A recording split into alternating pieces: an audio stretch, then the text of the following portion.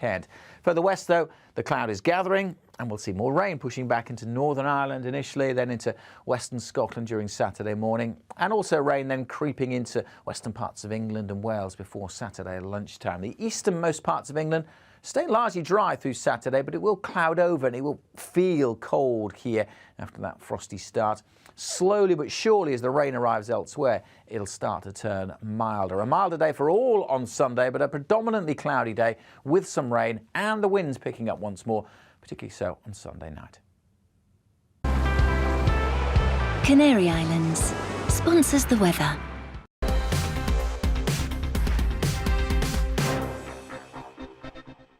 You're watching GB News live across the UK and the world on our digital stream. GB News is Britain's news channel. We are the UK's home of discussion and debate from all perspectives. We are here for you. Don't forget to join our YouTube community by clicking on that subscribe button. And if you want the GB News app, you can click and catch up on programmes anytime. We love to hear from you, so email us. gbviews@gbnews.uk. Thanks for being part of the GB News family.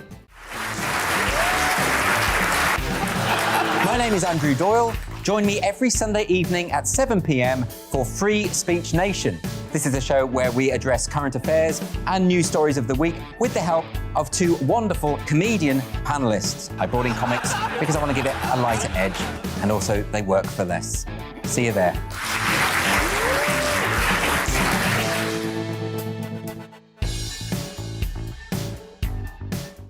Join my show Farage, 7 p.m. till 8 p.m. Monday through Thursday, and there you will get opinion, analysis, debate, and I'll cover stories that nobody else dares to touch. And then for the last 15 minutes, talking pints. We're over a drink. We have a civilised conversation with someone. We very often disagree, but we do it in a grown-up way. Come and join me on Farage.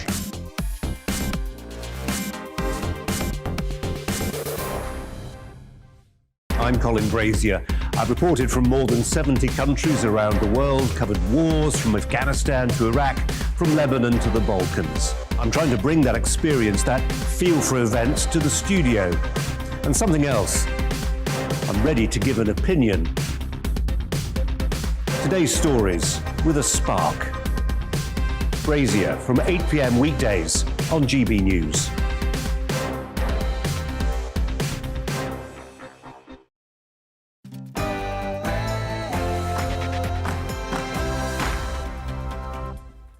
No spin, no bias, no censorship. I'm Dan Wootton. Tonight, in my digest, why a, quote, national conversation on mandatory vaccines is downright dangerous, dead cat or not. Then I'll find out where my panel of Conservative commentator Dominique Samuels, ex-Lib Dem MP Len Kopik and broadcaster and author Amy Nicol stand on what I think is a chilling development.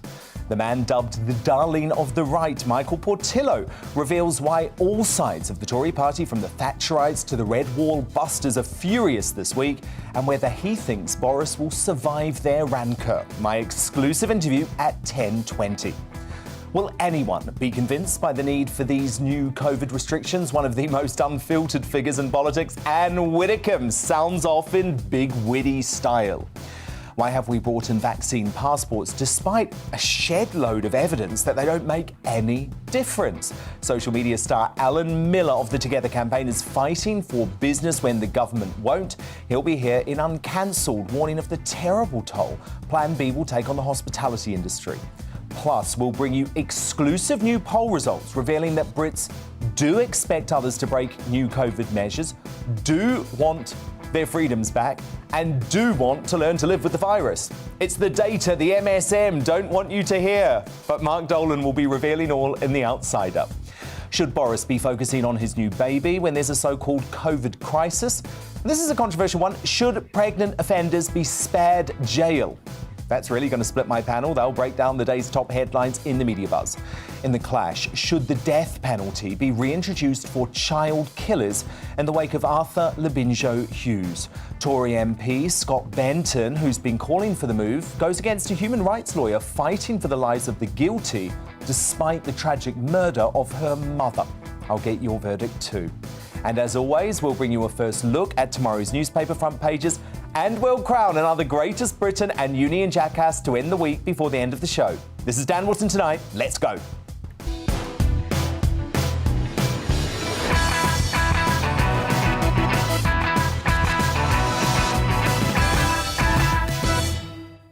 Just one thing first, though. Plan BS, as I'm calling it, seems to have pushed most of us too far this time. As I mentioned, I'll have exclusive poll results on this later in the show, and I think they'll really fascinate you.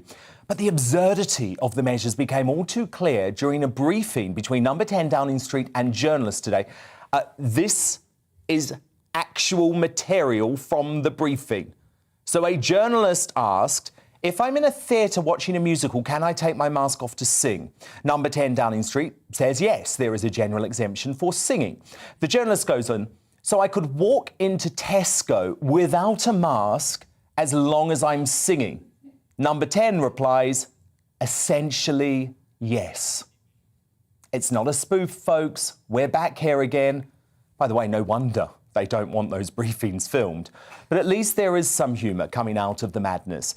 This Facebook event for a fake Downing Street rave has over 900,000 replies. And there's also been some hilarious viral clips posted online too. Last Christmas we kept you apart, but the very next day we parted away. This year, to save my career, I'll have to come up with something special. But I will regret my misconstrued remarks that I didn't mean, because, like, what party, snake emoji, for the rest of my long, long moneyed life. I understand why people are angry. It's because I was earning £100,000 a year as Downing Street's official spokesperson, and I literally never held one press briefing. What are you doing? I'm having a party in there. It's going to be brilliant. Do you want to come? Maybe. Well, you can't. You're NFI. NFI? Not flipping invited. Look, guys, you have to laugh. You have to laugh, right? Otherwise you would cry. But coming up on my digest, mandatory jabs and why I think Boris Johnson could be heading down a dangerous path. And then my superstar panel weigh in. Here they are, the political commentator Dominique Samuels, the former Liberal Democrat MP Lembe Kopik, and the fabulous broadcaster and author Amy Nicole. Before all that, though, the news at 9 with Tamsin Roberts.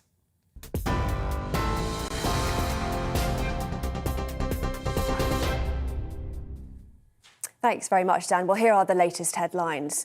The Prime Minister's senior aide gave awards at an alleged Downing Street Christmas party last year, GBNews understands. Sources say Jack Doyle, currently Boris Johnson's Director of Communications, handed out prizes as part of an event at Number 10. It's reported he addressed up to 50 people who were in attendance during lockdown. GBNews also understands that former senior advisor James Slack was present. He left the government in March of this year to become Deputy Editor-in-Chief of The Sun newspaper. It comes after a leaked video showing staff laughing and joking about an alleged party. Meanwhile, Boris Johnson is facing a revolt from Tory backbenchers who are questioning the government's credibility in enforcing England's Plan B COVID rules. New restrictions include extending mandatory masks to indoor public venues such as cinemas and theatres, whilst guidance to work from home where possible will return on Monday.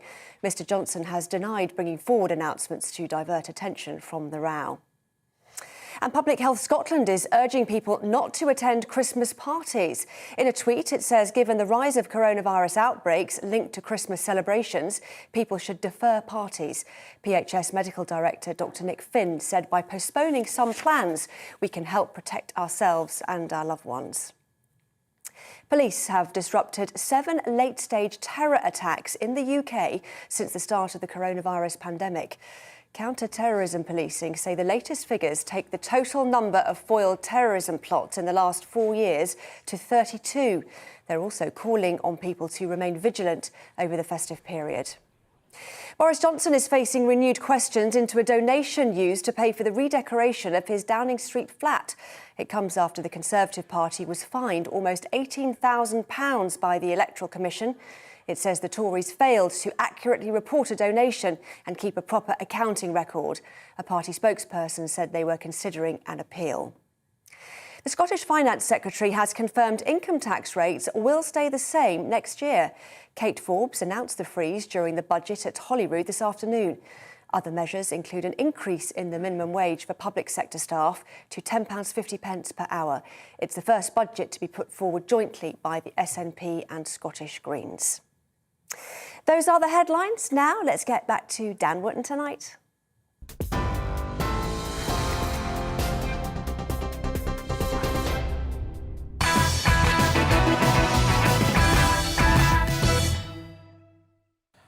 So look, I don't care if it's part of his so-called dead cat strategy to deflect attention from the plethora of disgustingly hypocritical number 10 2020 Christmas parties. Boris Johnson's pledge to start a national conversation about mandatory vaccination is downright dangerous. How can a man who proclaimed himself a proud libertarian even countenance the sort of health apartheid we now see tearing apart so-called liberal democracies like Austria and Germany? But disturbingly, the introduction of vaccine passports next week as part of what I'm calling Plan BS signals a creep in the direction of a biosecurity state that even controls what medical procedures you undergo. Those who choose not to be vaccinated for whatever reason, be it natural immunity maybe, or on moral or health grounds, will from next week start being banned from parts of day-to-day life, including concerts and other large events. For a government obsessed with levelling up, it's the poor and ethnically diverse who will be worst hit by the start of a two-tier society. But Boris Johnson made it clear he is actively considering forcibly jabbing his citizens when asked this question by a member of the public at last night's hastily called Downing Street press briefing. Are mandatory vaccinations being considered, like they are in the EU and other global nations? And if not, why? Why is it acceptable to put measures on our freedoms, but not that on our vaccination statuses?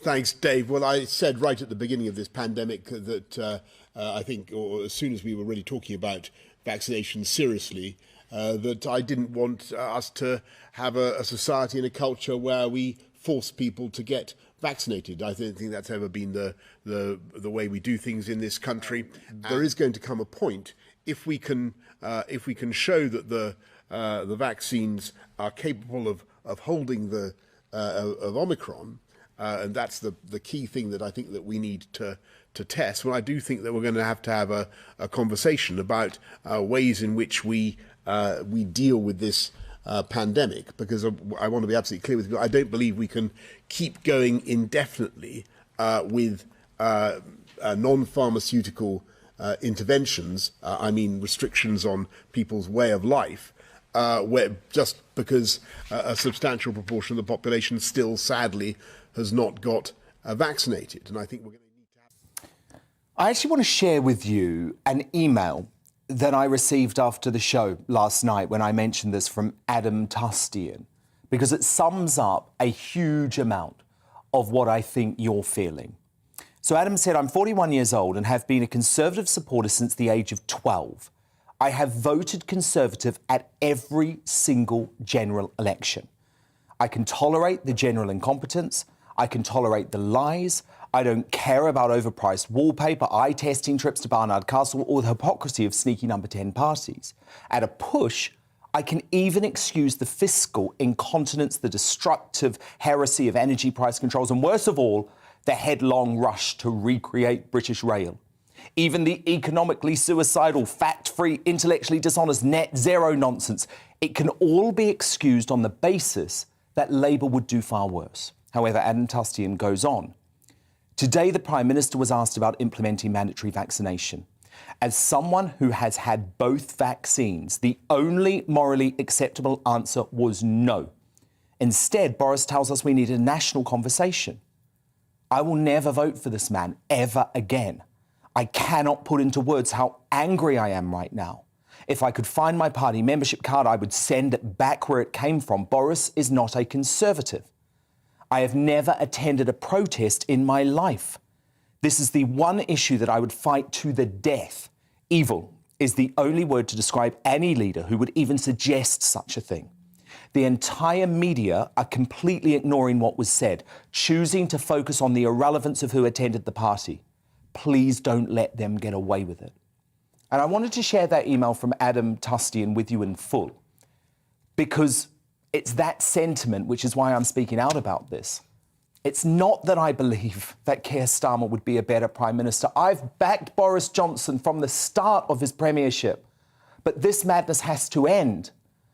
Because with mandatory vaccinations, Boris would be unleashing unprecedented civil unrest on the country, as all citizens who believe in liberty and basic human rights, including millions of vaccinated folk like me, would take to the streets and stand up against a policy. I can't even believe we're discussing.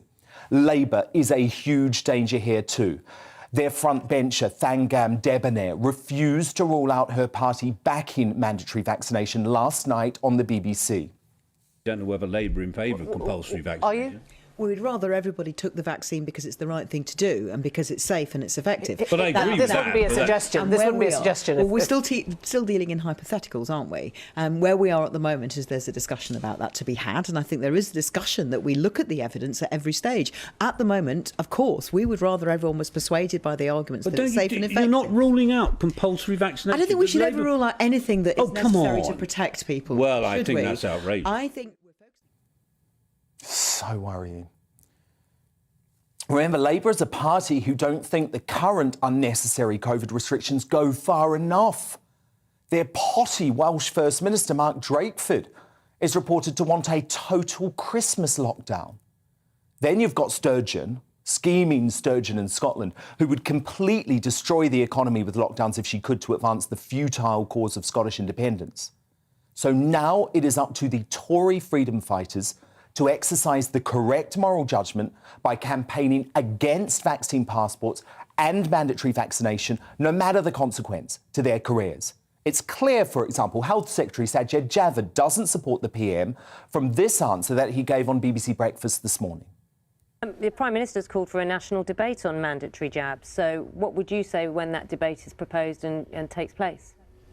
Well, I think the Prime Minister would probably agree with me with what I've just said around mandatory jabs, and so I don't think there's the need for a debate on mandatory jabs at all for the reasons I've said. But perhaps the Prime Minister is just referring to what we've already set out in Parliament in certain high-risk settings, and that is the requirement for NHS workers and social care workers. No, he wasn't. And it's intellectually dishonest to play down his proposal. For too long, good, senior and moral ministers like Grant Shapps, Rishi Sunak and Liz Truss have hidden behind collective cabinet responsibility as our civil liberties and freedoms are stripped away bit by bit in the name of COVID, a virus with a 99.8% survival rate. Shapps reportedly accused the authoritarian madman Michael Gove of wanting to kill the whole economy during Tuesday's cabinet. But mandatory vaccination must be the red line for these ministers. The time has come to resign if you have to, in order to stop this completely unnecessary madness. The future of basic human rights in the UK and a united country is relying on it. And my plea to Boris is this. For the good of the country, you must immediately admit you made a mistake, to suggest a national conversation about compulsory vaccination and rule it out once and for all. But to respond now, my superstar panel, the political commentator Dominique Samuels, the former Liberal Democrat MP Lembik Opik, and the broadcaster and author Amy Nicol. Dominique, a national conversation about compulsory vaccination. How on earth have we got here? How have we got here? To me, it's quite obvious. The fear that has been perpetuated constantly by our government, by our media, both within this country and internationally, has made it so that people feel as though this authoritarian and dangerous idea of collective good should supersede our right to bodily autonomy. And you'd think that there was no sort of convention or established agreement on this internationally. You've got the Universal Declaration of Human Rights, the European Convention on Human Rights. You even got Section 45E of the Public Health Act, which says public measures may not include provision requiring a person to undergo medical treatment, and it specifies that medical treatment includes vaccination. So for the PM to suggest this, he's essentially saying he would even go so far as to change the Public Health Act to fit his tyrannical agenda. We don't need a conversation about it, and I bet that the vast majority of the people in this country don't think we need a conversation about it, when 96.5% of adults in this country have had at least one dose of the vaccine. That's discounting things like natural immunity, like religious concerns with getting a jab, or even medical concerns, because we know, though it is rare, people have died after receiving a vaccine. So therefore, there is no moral case to mandate it No, for but individuals. Dominique, you know that we do need to have a national conversation about something, and it's vaccine hesitancy. It's still a massive problem. And you talk about something being downright dangerous. What's downright dangerous is an unvaccinated population. So does There's a massive amount we're of not an unvaccinated unvaccinated people. Yeah, but population. let's look at Omicron, how it's come over from South Africa as a product of mutating because it has an unvaccinated population. So it's been spread by double vaccinated people. That's a fact. I don't think that's a fact. Well, I think 20% of the population in South Africa are vaccinated. And how does a virus mutate in an unvaccinated person? But because, Amy, there is actually no proof that Omicron started in South Africa. There's actually a lot of thinking it may have started somewhere like Botswana. It's just the fact that the South African scientists actually picked it up. How does the virus mutate? Can I just say this? All the facts. How do you get a new strain? All the fact that Omicron was detected in the Netherlands 11 days before South Africa. Wherever it announced originated, as a result of an unvaccinated population, which I think is why this is being pushed. It may have originated in Europe, and it may have been here for a lot longer than we knew. Come on, because Lembit. We're supposed to have a superior genome sequencing system that allows us to detect new variants. How is it that the Netherlands reported a case or detected one, now they've looked, 11 days before South Africa announced it first? Lembit, where do you stand on this? Amy, you say, come on, Lembit, you won't like my answer. First of all, if this is so serious, and I'm sure we'll come back to this later in the show, why has Downing Street proved that its staff don't take this seriously? I'm willing to be sued on this, but they had part... Hold on, listen to what you said and listen to me. They didn't take it seriously. They made a big joke about it. And my agent, Terry Mills, who you actually knew, he died from COVID. It wasn't funny to me. A great man. He was a great man and a very, very loving person as well. He died because of COVID. But apparently it's not so serious that you can't make a joke about it in Parliament. Now, turning to the specific point here, I agree with you. I don't agree with you. I think you're a wonderful person, but I don't think the situation is wonderful. Because at the end of the day, as you said, 99.8% of people survive. I had COVID. I nearly did die from it. I was 55, and so probably in the target market. No, but you're fit, you're a slim man, so that's quite surprising. So it's serious. I take the disease seriously. My 4-year-old survived and didn't even show any symptoms. We cannot beat viruses. We started as viruses. At the time of the rule breaking, 100,000 people a day were dying of COVID. Do you not think those 100,000 people would have done anything? Sorry, there weren't 100,000. You mean 1,000 people? 1,000, sorry. To have done anything to have had the vaccine. The vaccine is a privilege. The vaccine is a blessing. Why are we acting as if it's something to be afraid of? But what are you, Amy? What are you proposing? Hold people down and forcibly jab it? Send them to prison if they refuse it? A jab which, as Dominique says, has side effects and can kill. Now, look, I say this as someone that is very pro-vaccination, but that is my right to weigh up my own personal health risks. You don't have to be anti-vax to acknowledge, because these are facts, that though rare, some people have died. What do you say, seeing as you're talking about people that have died, what do you say to Lisa Shaw's husband? She was a BBC presenter and she died as a result of having the vaccine. No one is saying that a vaccine comes without risk. I would say the vaccine comes with risk, but because we are in a pandemic, But Amy, you've just made the critical point. Can the I vaccine. make it clear, though, But you've just made the critical point. The vaccine comes with risk. As a result, it would be completely morally wrong to enforce it on anyone. I think there is a 1 in a million chance at this point that the vaccine is going to have any effects like it did for Lisa Shaw. 99.8% survival rate.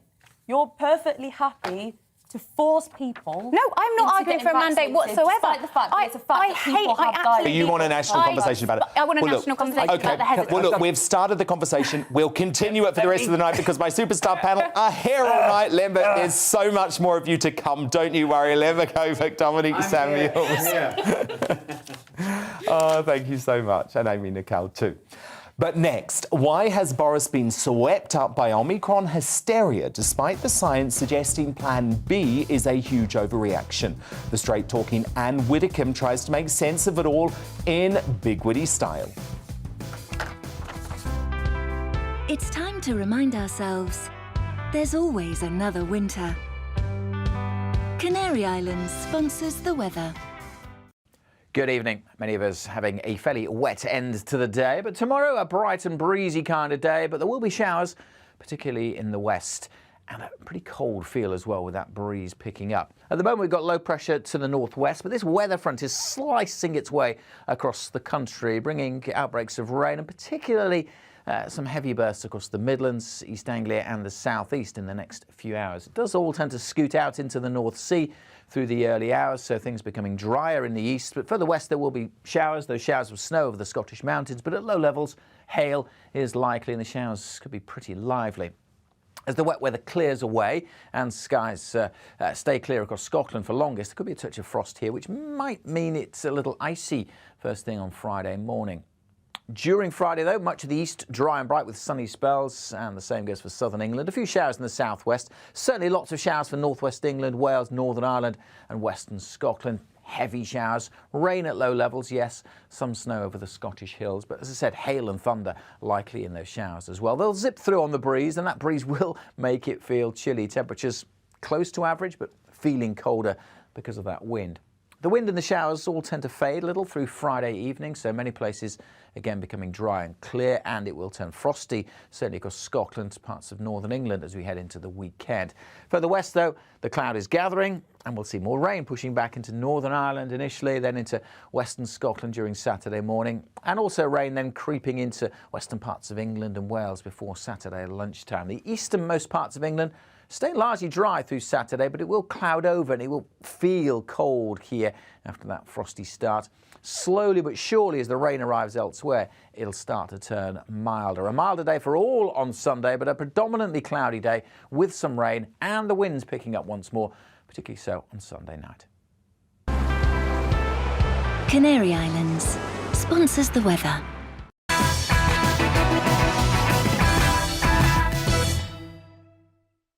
You're watching GB News live across the UK and the world on our digital stream. GB News is Britain's news channel. We are the UK's home of discussion and debate from all perspectives. We are here for you. Don't forget to join our YouTube community by clicking on that subscribe button. And if you want the GB News app, you can click and catch up on programmes anytime. We love to hear from you, so email us. gbviews@gbnews.uk. Thanks for being part of the GB News family. My name is Andrew Doyle. Join me every Sunday evening at 7 p.m. for Free Speech Nation. This is a show where we address current affairs and news stories of the week with the help of two wonderful comedian panellists. I brought in comics because I want to give it a lighter edge, and also they work for less. See you there.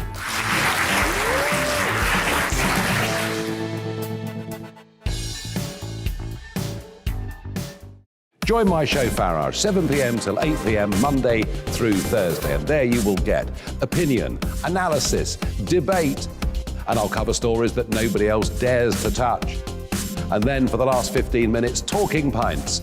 We're over a drink. We have a civilised conversation with someone. We very often disagree, but we do it in a grown-up way. Come and join me on Farage.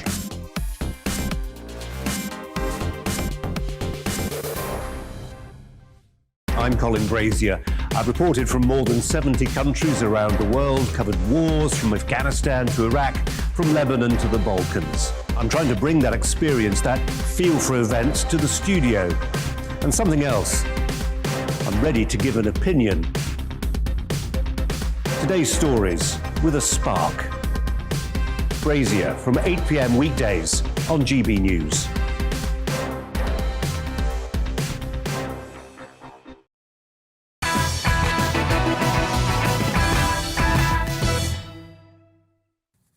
Mark Dolan and Michael Portillo on the way, but first it's time for Big Witty style with one of the most outspoken figures in British politics. Now, why has Boris Johnson been swept up by the Omicron hysteria and halted our recovery from this perennial pandemic? Masks, hospitality crippling, vaccine passports and working from home orders are all back. But this latest affront to our damaged democracy and wounded economy comes without any convincing scientific evidence to actually support it. So does Boris truly believe in the draconian restrictions he's reintroduced? Are they even remotely necessary? Well, to give her straight-talking expertise on what I'm calling Plan BS is the former Conservative Minister, Anne Widdecombe. And look, Anne, I don't want to talk about all of the BS around which Tory staff member attended a Christmas party, right? I don't want to talk about that. I want to focus on Plan B, because what my fear is, Anne, that if these sorts of restrictions are introduced this winter, aren't they going to be introduced every single winter, given that we have over 95% of the population with COVID antibodies? Oh, and why just the winter? I mean, the virus can mutate at any time. So I think you're actually being quite optimistic. By God. saying, Oh, God. I mean, if you actually look at the evidence, Omicron is very, very mild at the moment. Now, if Boris says, quite rightly, but it may not stay mild. But if every time we get a new strain, and that's going to happen regularly, and it's mild, we say, oh, but it may not stay mild, and immediately take a sledgehammer to the economy, then we're going to end up in a very, very silly and most unnecessary mess. Now, until we've got evidence that Omicron is dangerous, that it's going to throw umpteen people into hospital, not doing at the moment, that it's going to cause death, which it's not doing at the moment, and until we actually get that sort of evidence, we should not be doing things purely on the supposition that, well, they might prevent Omicron spreading. It'll spread like fury in pubs and restaurants, you know. It'll spread in any number of places where people meet.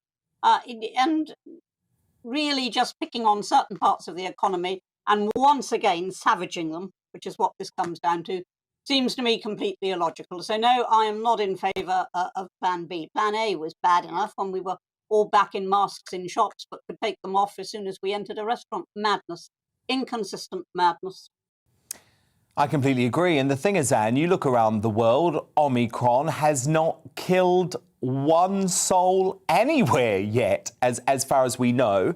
So the tail is wagging the dog, because it's all about this fear that maybe the NHS will become overwhelmed.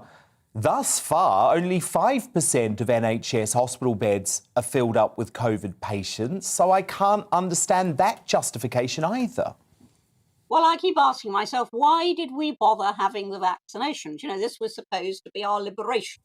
And indeed, we've had the most successful vaccination programme in all of Europe. We've had one of the most successful in the entire world. And yet, instead of putting our confidence in that, the instant there's the smallest change in the virus, Boris flees to panic stations. It's a bunker mentality.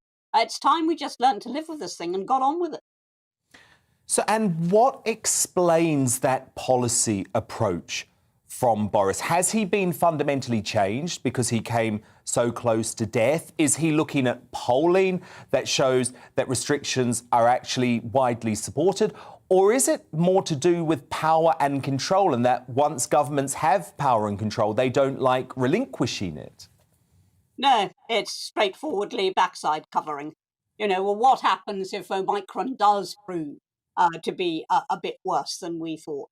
You know, people are going to say, well, why didn't you act earlier? I mean, he has been very scarred by the public response to his initial reaction to the virus, which was to take things easy and you know, to give it a chance.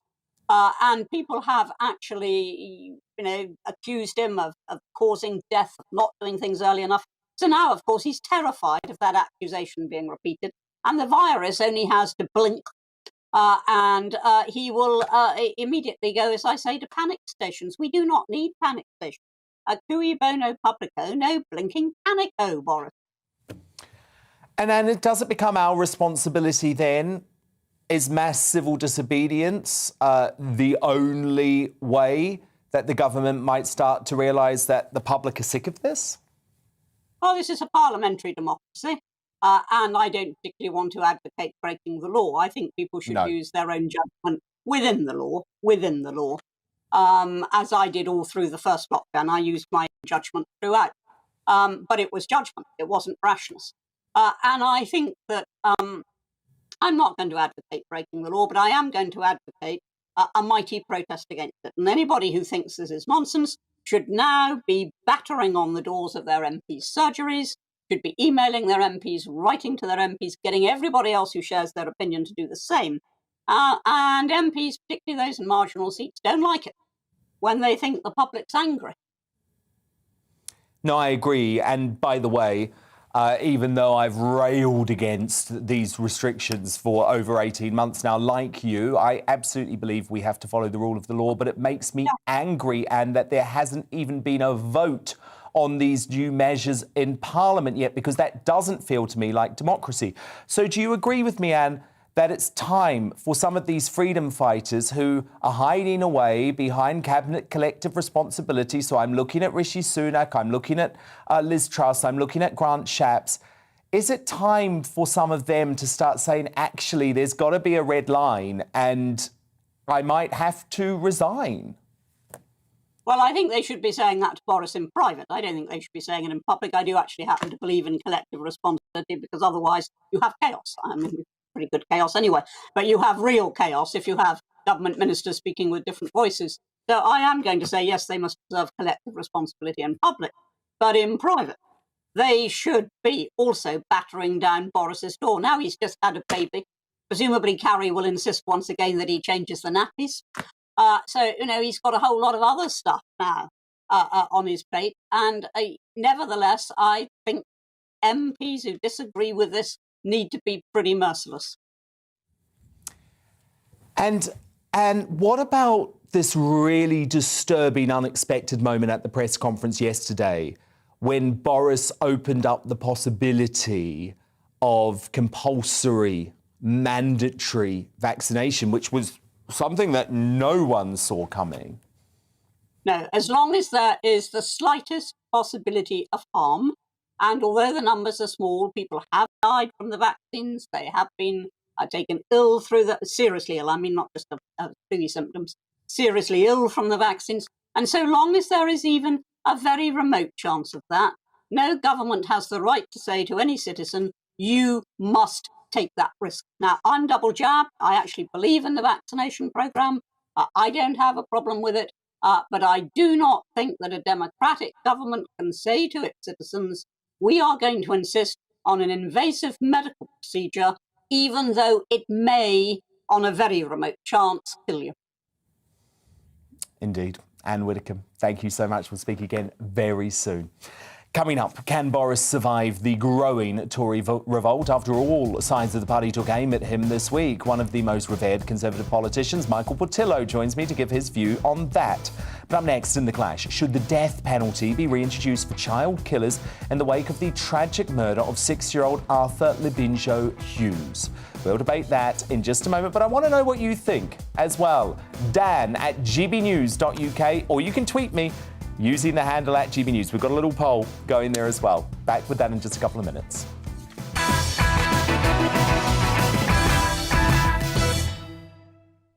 You're watching GB News live across the UK and the world on our digital stream. GB News is Britain's news channel. We are the UK's home of discussion and debate from all perspectives. We are here for you. Don't forget to join our YouTube community by clicking on that subscribe button. And if you want the GB News app, you can click and catch up on programmes anytime. We love to hear from you, so email us. gbviews@gbnews.uk. Thanks for being part of the GB News family. My name is Andrew Doyle. Join me every Sunday evening at 7 p.m. for Free Speech Nation. This is a show where we address current affairs and news stories of the week with the help of two wonderful comedian panellists. I brought in comics because I want to give it a lighter edge, and also they work for less. See you there.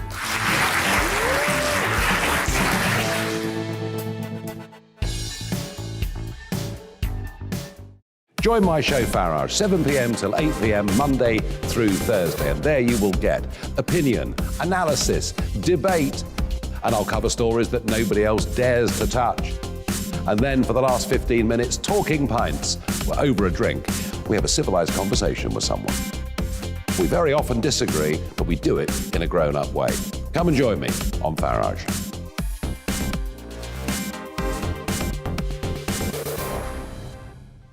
I'm Colin Brazier. I've reported from more than 70 countries around the world, covered wars from Afghanistan to Iraq, from Lebanon to the Balkans. I'm trying to bring that experience, that feel for events, to the studio. And something else. I'm ready to give an opinion. Today's stories with a spark. Brazier from 8 p.m. weekdays on GB News.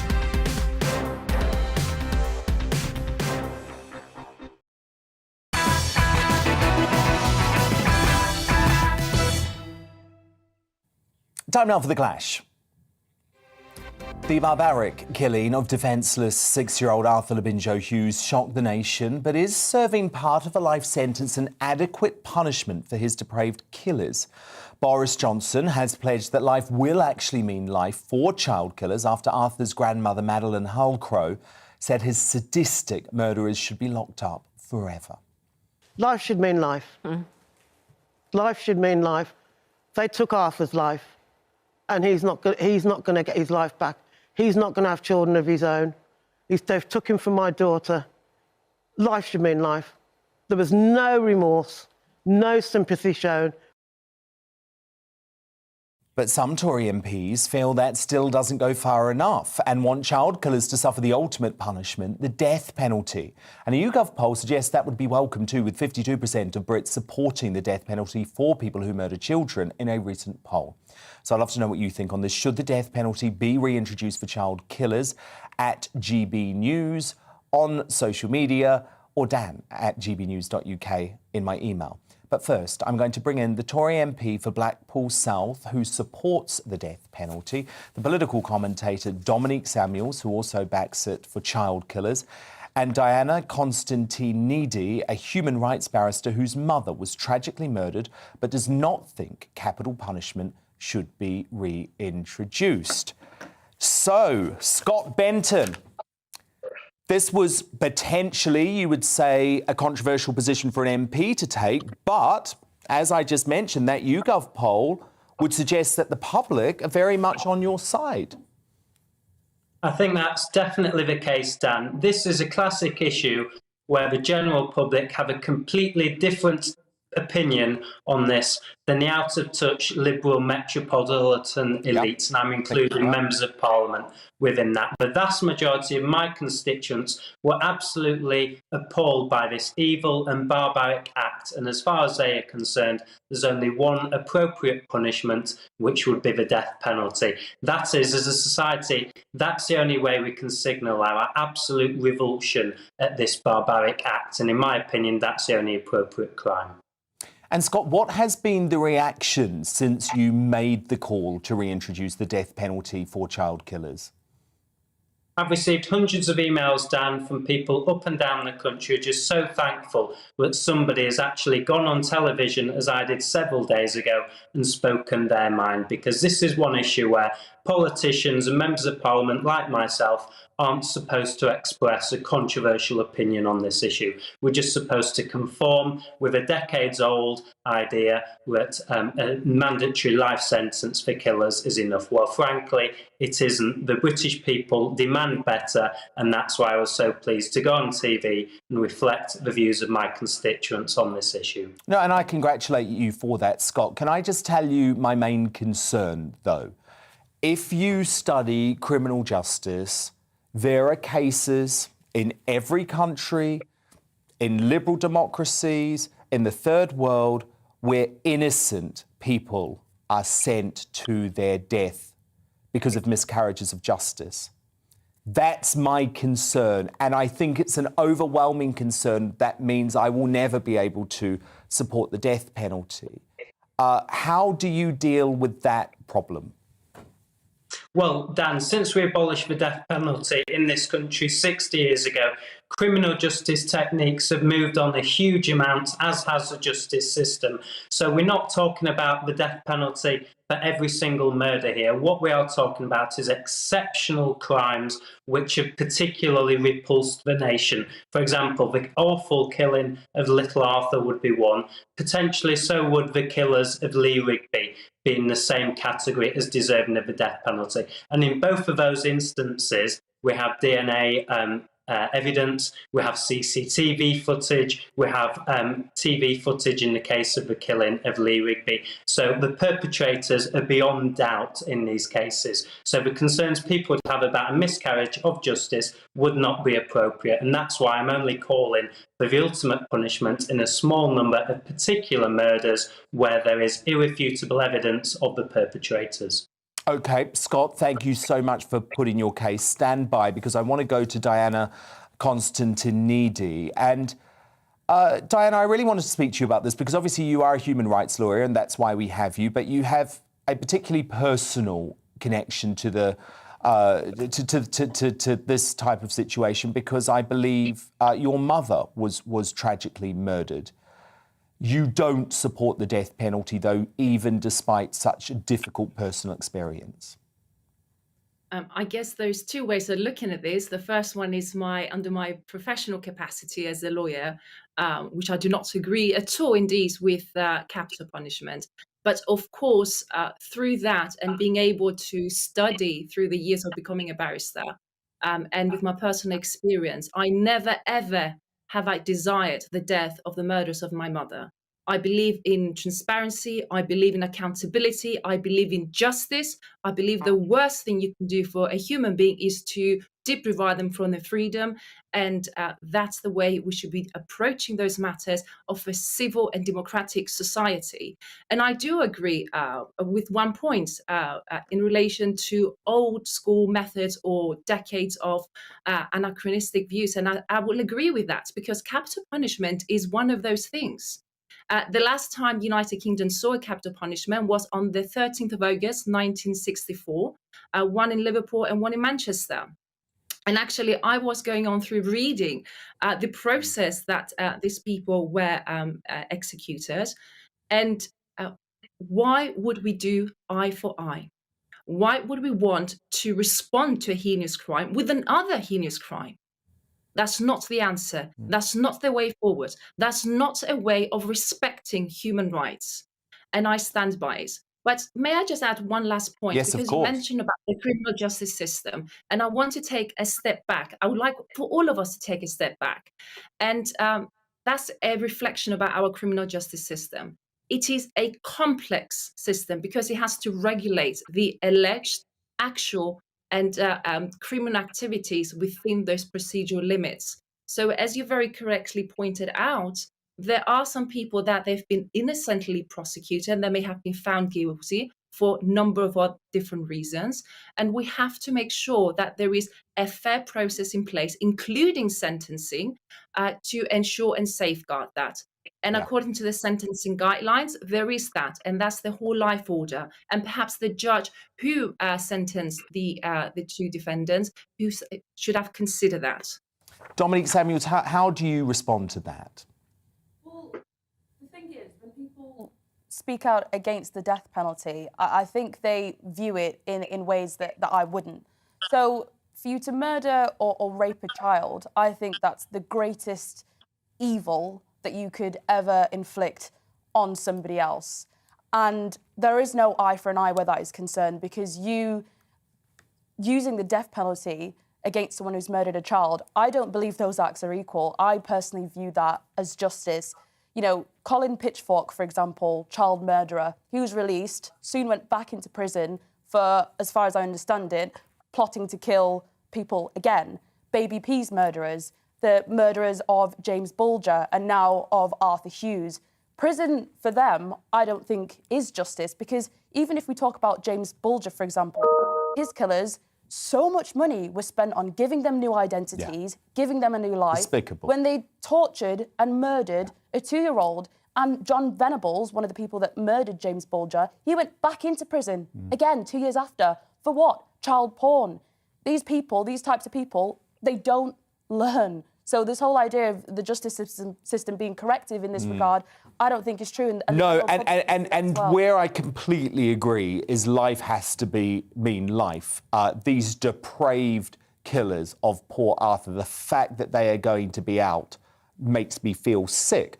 But Scott Benton, to come back to you, I would say the greater punishment is for them to be locked up, probably being illegally tortured in prison every day, because life for a prisoner is certainly not smooth for someone who has tortured a child like that.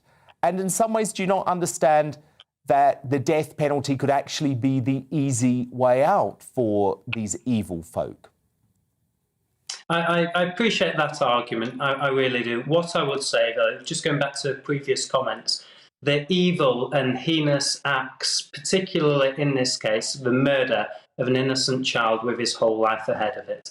Even a 20-year prison term is simply not appropriate, such as the evil of these acts. So only the ultimate punishment is appropriate in certain circumstances such as these. I appreciate your comments, Dan, in terms of taking the easy option. Is it best to let people suffer in prison for a long time? Well, frankly, if we had confidence in the British justice system, life would mean life. In these awful circumstances, and potentially that would be one avenue. But it doesn't, as we see with people, they know absolutely killers will be out in 10 or 20 years, and that's simply not acceptable. Well, look, it's a fascinating debate. Thank you so much for having it. That was the Conservative MP for Blackpool South, Scott Benton, our very own political commentator, Dominique Samuels, and the human rights lawyer, Diana Constantine-Needy. Thank you so much. So who do you agree with? Dave via Twitter says, no, we should not bring back the death penalty. State-sanctioned revenge is uncivilised and fundamentally flawed. Matthew says the system will always be too fallible, corruptible and political to be trusted with such an irreversible punishment. And David via email says, my daughter was murdered and sexually assaulted aged 23. Her son was 2 the next day. Why shouldn't life mean life for her killer? Weak politicians have diluted the value of human life and made it easy for people to murder. David, thank you for sharing your story. Your verdict now in. 80% of you, agree with Scott Benton that the death penalty should be reintroduced for child killers, while 20% of you say it shouldn't. Coming up, after the number 10 party scandal and the hastily enacted Plan B restrictions left all Conservative MPs livid with Boris Johnson, is there a way he can reunite the party to support him again?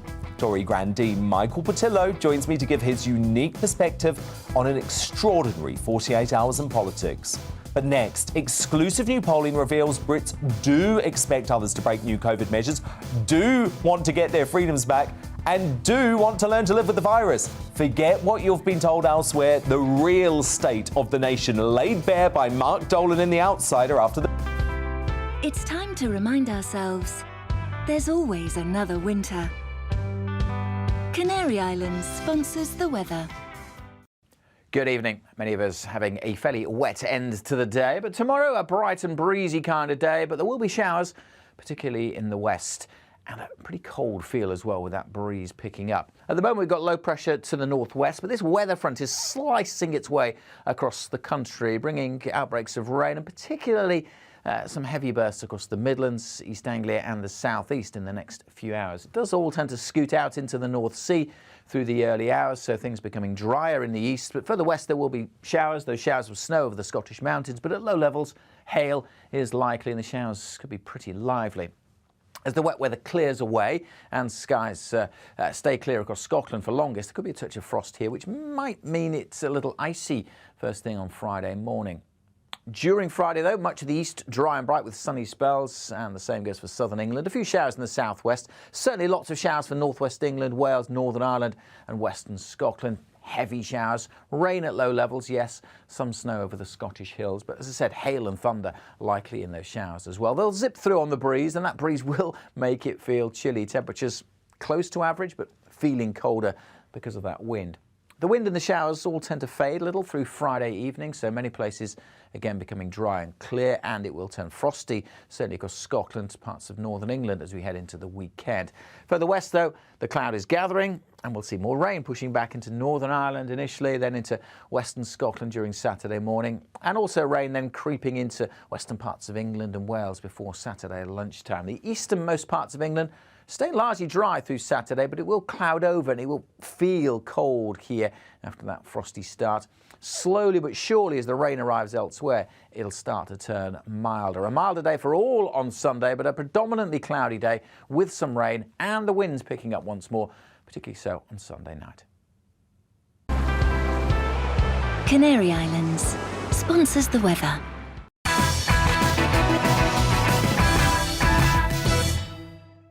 You're watching GB News live across the UK and the world on our digital stream. GB News is Britain's news channel. We are the UK's home of discussion and debate from all perspectives. We are here for you. Don't forget to join our YouTube community by clicking on that subscribe button. And if you want the GB News app, you can click and catch up on programmes anytime. We love to hear from you, so email us. gbviews@gbnews.uk. Thanks for being part of the GB News family. My name is Andrew Doyle. Join me every Sunday evening at 7 p.m. for Free Speech Nation. This is a show where we address current affairs and news stories of the week with the help of two wonderful comedian panellists. I brought in comics because I want to give it a lighter edge, and also they work for less. See you there.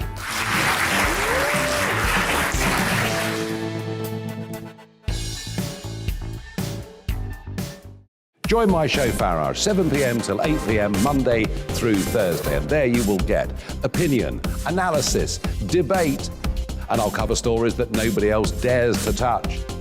And then for the last 15 minutes, talking pints. We're over a drink. We have a civilized conversation with someone. We very often disagree, but we do it in a grown-up way. Come and join me on Farage.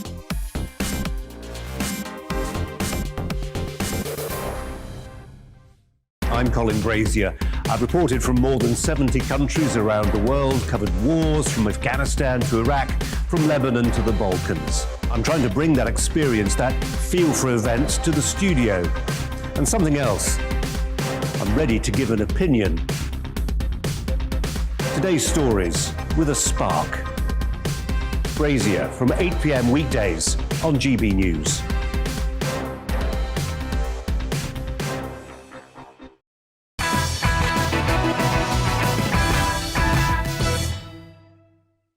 Michael Portillo on the way, but first, Mark Dolan is tonight's outsider.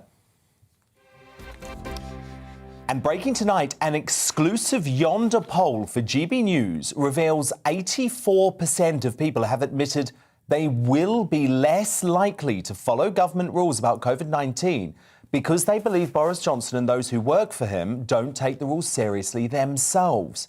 A mere 7% disagree. The game-changing poll conducted also reveals that 47% of people agree that now that we have vaccines available and the worst of the COVID crisis is behind us, we need to learn to live with the virus and stop restricting people's freedoms. 36% disagree.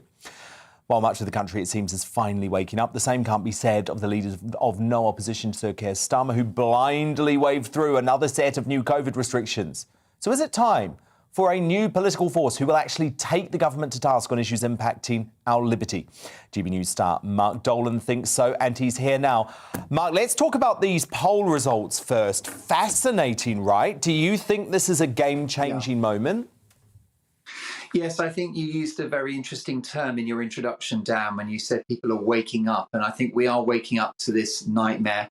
We're emerging to the mother of all hangovers in terms of the COVID measures that we've seen. You know, it's been almost 2 years now, and the real bills are starting to come in, you know, the societal damage, the damage to the economy. And don't forget, by the way, the reintroduction of Plan B is going to cost another 18 billion quid. Where's that going to come from? That will be borrowed on behalf of future generations. But perhaps most importantly, Dan, we were sold these COVID measures on the idea of public health.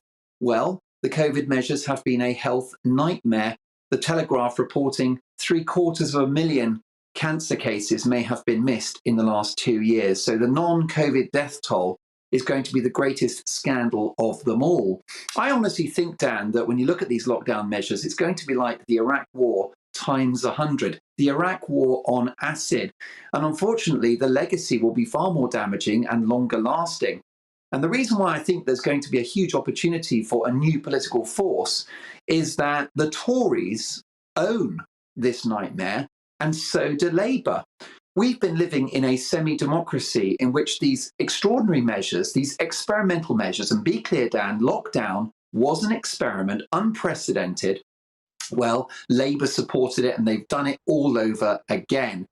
There are a few very moral and principled MPs in the House of Commons, mainly backbench Tories and Lib Dems, who are, in the case of Tories, sacrificing their careers to do the right thing, which is to say no COVID passports and certainly no mandated vaccines. But Boris has now, opened that conversation about whether you actually force a vaccine on the British public. So I think that heads will roll. It will take time. I think it will start with the Prime Minister. His fans won't be happy about that, but he's been the author of this nightmare. And I think in years to come, I suspect a new political party will emerge. It might be Richard Tice, it might be Reform, who knows who's going to take that opportunity. But it will be a party, Dan, that believes in Britain and that guarantees to the British people that in any future crisis, we won't just close viable businesses, we won't shut schools, we won't damage the interests of children, we won't close the NHS to the public and look exclusively at one disease. Honestly, I think the space for a new political party is huge.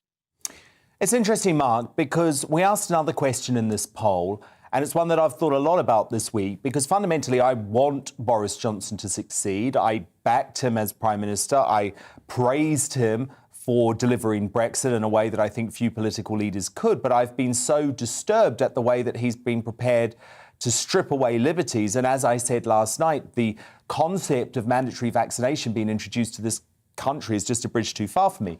But a lot of people think that folk like you and me are being too harsh on Boris.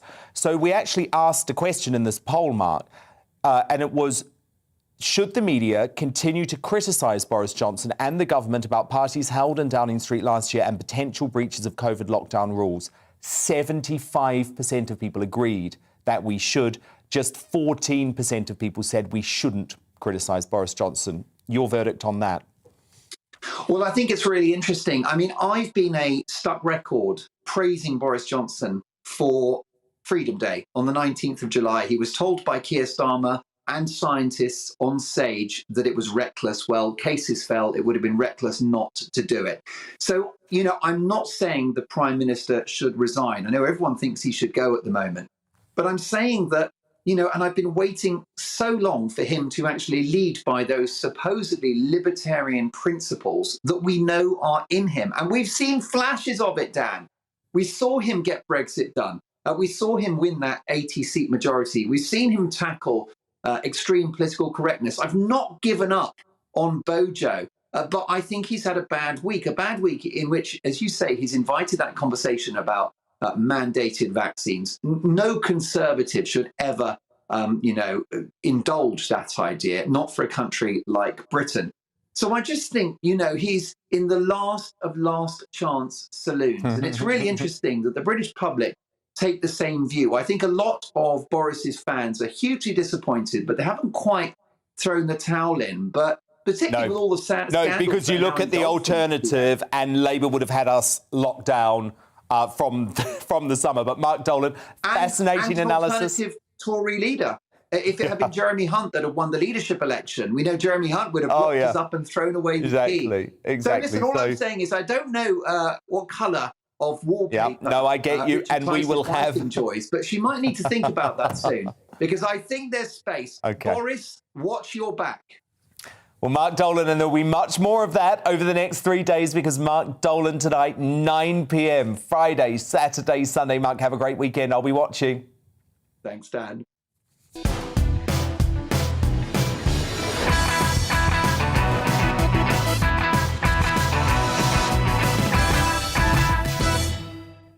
Welcome back to Dan Wootton Tonight. Still to come, he's a Thatcherite, a darling of the right, one of the most revered Tory politicians. and one of the only people who stands a chance of reuniting a party at odds. Michael Portillo weighs in on what the Conservatives need to do next after one of the most dramatic periods. My interview coming up at 10:20. Why have we bought in vaccine passports despite a shed load of evidence that they don't make any difference? Social media star Alan Miller of the Together campaign is fighting to save a hospitality industry under fire once again in Uncancelled. Why is Boris prioritising his new baby if this so-called Omicron crisis is the real deal? Plus, should pregnant offenders be spared prison?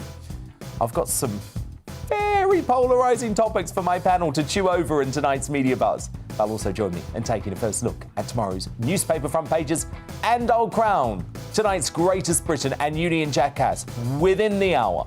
But before all of that, time for the news headlines with Tamsin Roberts.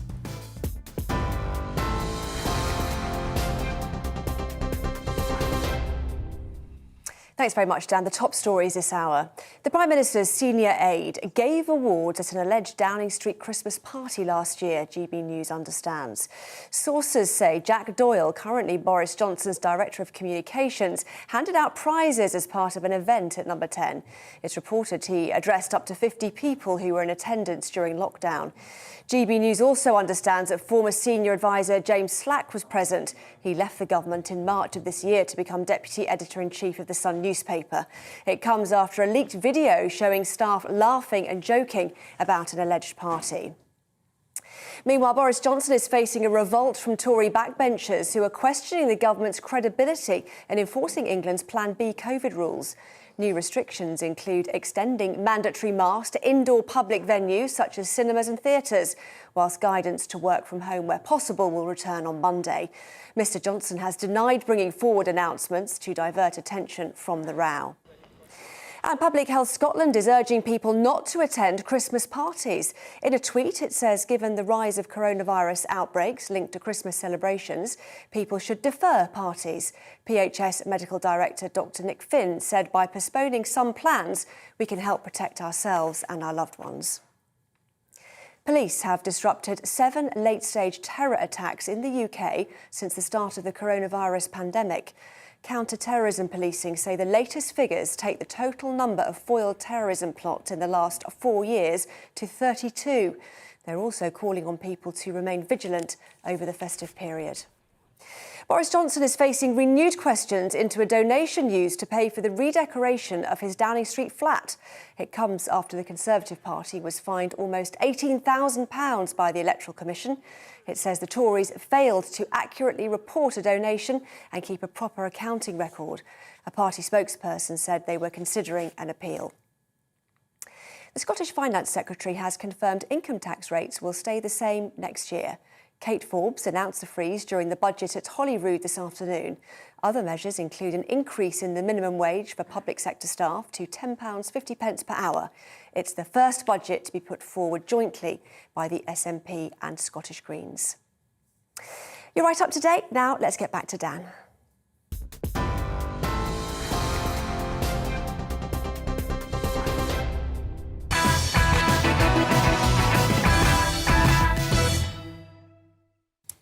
Tomorrow's news tonight now in our Media Buzz. The front pages are just in, hot off the press. Mum's the word leads the Metro after Carrie Johnson gave birth to a baby girl and allowed a beleaguered Boris to escape the firing line. But the paper reports that he won't get off that easy as calls for him continue to grow over the Christmas party row, Plan B restrictions and the Number 10 flat refurbishment.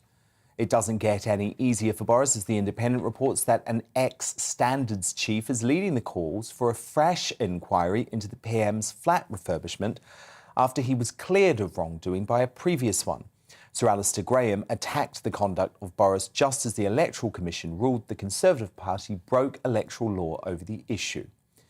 On the front of the Eye, and this is an interesting political one, I'll have to put this to Michael Portillo, Tory leader contenders circle a PM in peril.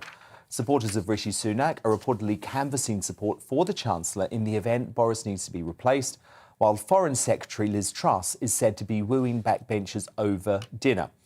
But this is what I'm most concerned about. See that in the top left of the newspaper front page? Plan C. is already being drawn up, with potential measures including the return of face masks in schools and hospitality venues and the return of 10-day isolation for contacts of all cases.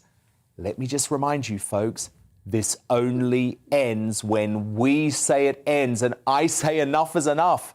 I'm not following your plan B, let alone your plan C. My superstar panel back with me now, the political commentator Dominique Samuels, the former Liberal Democrat MP Lambert Opik, and the broadcaster and author Amy Nicole. Now, as we just saw on the front of the Metro, Boris Johnson's wild week took another wicked twist today after his wife Carrie gave birth to a daughter. A spokesman confirmed afterwards that the PM would be stepping back and spending some time with his family. Hang on a moment. I thought we were in the middle of a new COVID crisis, that the Omicron variant was so dangerous that we simply had to immediately introduce Plan B. Surely, if things were that bad, the Prime Minister couldn't afford to lay low. He'd have to be at work, right? Especially when he risks a possible revolt from his own party over these draconian measures. And let's face it, this furore over these alleged Downing Street Christmas parties sure isn't going away. Tonight, the Evening Standard poked fun at the PM's whirlwind 24 hours with this great headline, the daddy of all hangovers. And unlikely satirists, Anton Deck, took aim at the government for a second night in a row on I'm a Celebrity, quoting Sir Keir Starmer after he name-checked them in PMQs. So Lambert Opik, look, call me backward, but I don't want the Prime Minister taking a single second of paternity leave. He's the one telling us that there is some sort of COVID crisis, so stay at work, Prime Minister. As the only person who's been on this panel, I say this with some humility, who's been on I'm a Celebrity, get me out of here. Okay. I said that twice. Oh, yes, 2010. He talks about it all the time. The most watched show in the history of the show. But I digress. Did you eat an anus? Kangaroo penis. It's just after the watershed. Let's tell us. I'll tell you that during the break. I'm going to go back to dance. Yeah, Boris, usually I find dance questions Boris paternity leave. No, legally, I say. No, legally, he's entitled to take it. There is nothing you can do to touch him under the law. Morally and politically, it would be madness. I think that he's potentially going to lose his job over all this. It only takes one of two things for him to lose his job. Either it's proved that he knew that the party occurred, or he knew that some other party occurred. Maybe on the 13th of November, we'll see, 2020. Yeah. Or alternatively, he basically looks like he doesn't care. Either way, he cannot walk away, because if he walks away now, it'll look like he's hiding. He's already been blamed for that. I don't know what my panel here think. Well, Amy, I say, I mean, look, I'm not a big fan of paternity leave, full stop, to be honest, but I'm sorry, if you're running the country and you have made the decision to do that and you have hosted a press conference the night before, scaring the entire population, talking of crisis, talking of the fact that we all need to be doing all of these new restrictions on our lives, I'm sorry, you are at your desk, man. You are at your desk. No, I don't think so. I think he's absolutely entitled to take extended paternity leave, ideally for the next 30 years. That might sort this out. And then for the meantime, we can have a bit of Dominic Raab and he can do all the work from his sun lounger. But to be honest, in seriousness, I think we have to let Boris have paternity leave. Why? Because paternity leave is an undeniably amazing thing for so many different reasons, for mental health, for bonding, to make sure that well, there's what about the mental health of the rates. population who he's just terrified What about by the mental health B? rates of new mothers? It's been proven that paternity leave is really good for mitigating postpartum depression. It's just good for families. So I think if we don't let Boris have it, we're setting out a precedent for other couples. Thank you. I actually wrote. Sorry. Well, maybe this is a battle of the sexes, Dominique, a male-female thing. Because Lambert and I say no way, and you say what you want Boris to take the paternity leave. Yeah, I think he has every right to take paternity leave. He has a new child, and it's not the child's fault that he's the Prime Minister and he's made some really. And Carrie, choices. what about Carrie? And Carrie, I mean, for her to be left in a flat, I know she probably has loads of help, etc. But I feel like, for a new baby, it's important to have that bonding with both the parents. I think it's not the child's fault. fault. We want paternity leave or mandated vasectomy. Right, I mean, that's the hard part. This is authoritarian. You know I love a Suddenly, mandate. I'm on Boris's side. I didn't expect to be on Boris's side tonight. Amy Nicole, that is a low blow, both 6 or 7 metaphorically and children. literally. I see what you did Or is there, it 7 or 8 children? But no, I'm sorry, to me, this comes love the back to the climate. whole Christmas party issue again, though. It is about hypocrisy.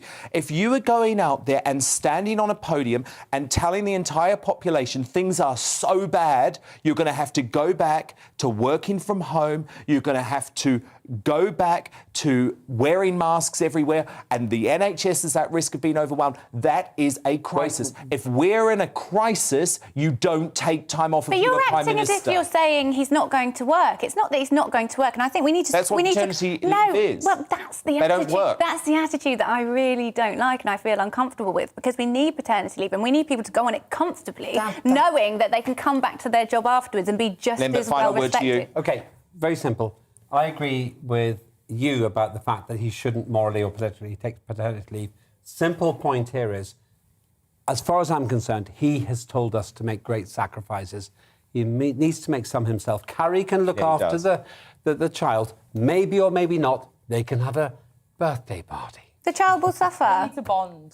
Yeah, Okay. they need to bond. Parenting Well, look, is something you do together. I don't know about you guys, but I'm Okay. actually hopeless on the ice, which makes this amazing link. 4-year-old Weak link. girl's prowess on the slopes all the more impressive. So this is Cash Rowley from the US state of Idaho, who has been learning how to snowboard since before her first birthday, often in her favourite princess dress. Now she's practically a pro. Take a look at some of this footage from her proud parents. Okay, now we can try again on that toe edge. Oh my God! Little switch toe.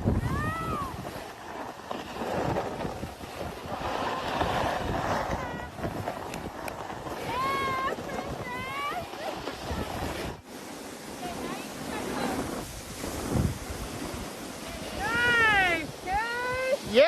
That was so good! Very cute. Dominique Samuels, Len McOvick, Amy Nicole, do stand by, because after the break, he is the Tory grandee who's seen a crisis or two in his time, that's for sure. Michael Portillo joins me to examine a mad and maddening 48 hours for the Tory party. Then, should pregnant offenders be spared jail? My panel are worlds apart on this one, and they'll get stuck into that topic and break down more of the day's top headlines as the Media Buzz continues. It's time to remind ourselves there's always another winter. Canary Islands sponsors the weather. Good evening. Many of us having a fairly wet end to the day, but tomorrow a bright and breezy kind of day, but there will be showers, particularly in the west, and a pretty cold feel as well with that breeze picking up. At the moment we've got low pressure to the northwest, but this weather front is slicing its way across the country, bringing outbreaks of rain and particularly some heavy bursts across the Midlands, East Anglia and the southeast in the next few hours. It does all tend to scoot out into the North Sea through the early hours, so things becoming drier in the east. But further west there will be showers, those showers of snow over the Scottish mountains, but at low levels hail is likely and the showers could be pretty lively. As the wet weather clears away and skies stay clear across Scotland for longest, there could be a touch of frost here, which might mean it's a little icy first thing on Friday morning. During Friday, though, much of the east dry and bright with sunny spells, and the same goes for southern England. A few showers in the southwest. Certainly lots of showers for northwest England, Wales, Northern Ireland and western Scotland. Heavy showers, rain at low levels, yes, some snow over the Scottish hills, but as I said, hail and thunder likely in those showers as well. They'll zip through on the breeze, and that breeze will make it feel chilly. Temperatures close to average, but feeling colder because of that wind. The wind and the showers all tend to fade a little through Friday evening, so many places again becoming dry and clear, and it will turn frosty, certainly across Scotland, parts of northern England as we head into the weekend. Further west, though, the cloud is gathering, and we'll see more rain pushing back into Northern Ireland initially, then into western Scotland during Saturday morning, and also rain then creeping into western parts of England and Wales before Saturday lunchtime. The easternmost parts of England stay largely dry through Saturday, but it will cloud over and it will feel cold here after that frosty start. Slowly but surely, as the rain arrives elsewhere, it'll start to turn milder. A milder day for all on Sunday, but a predominantly cloudy day with some rain and the winds picking up once more, particularly so on Sunday night. Canary Islands sponsors the weather.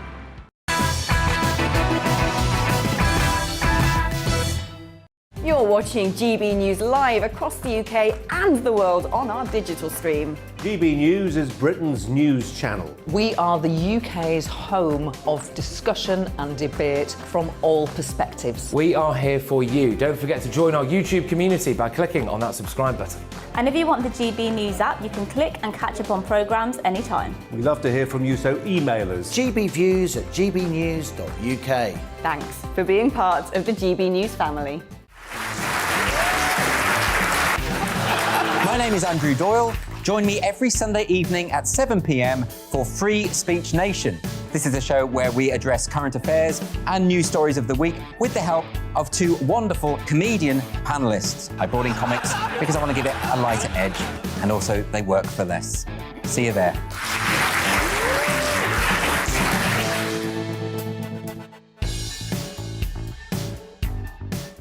Join my show Farage, 7 p.m. till 8 p.m. Monday through Thursday, and there you will get opinion, analysis, debate, and I'll cover stories that nobody else dares to touch. And then for the last 15 minutes, talking pints. We're over a drink. We have a civilized conversation with someone. We very often disagree, but we do it in a grown-up way. Come and join me on Farage.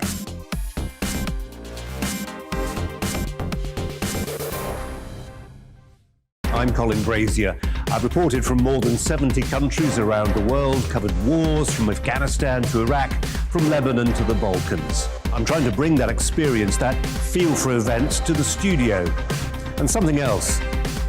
I'm ready to give an opinion. Today's stories with a spark. Brazier from 8 p.m. weekdays on GB News.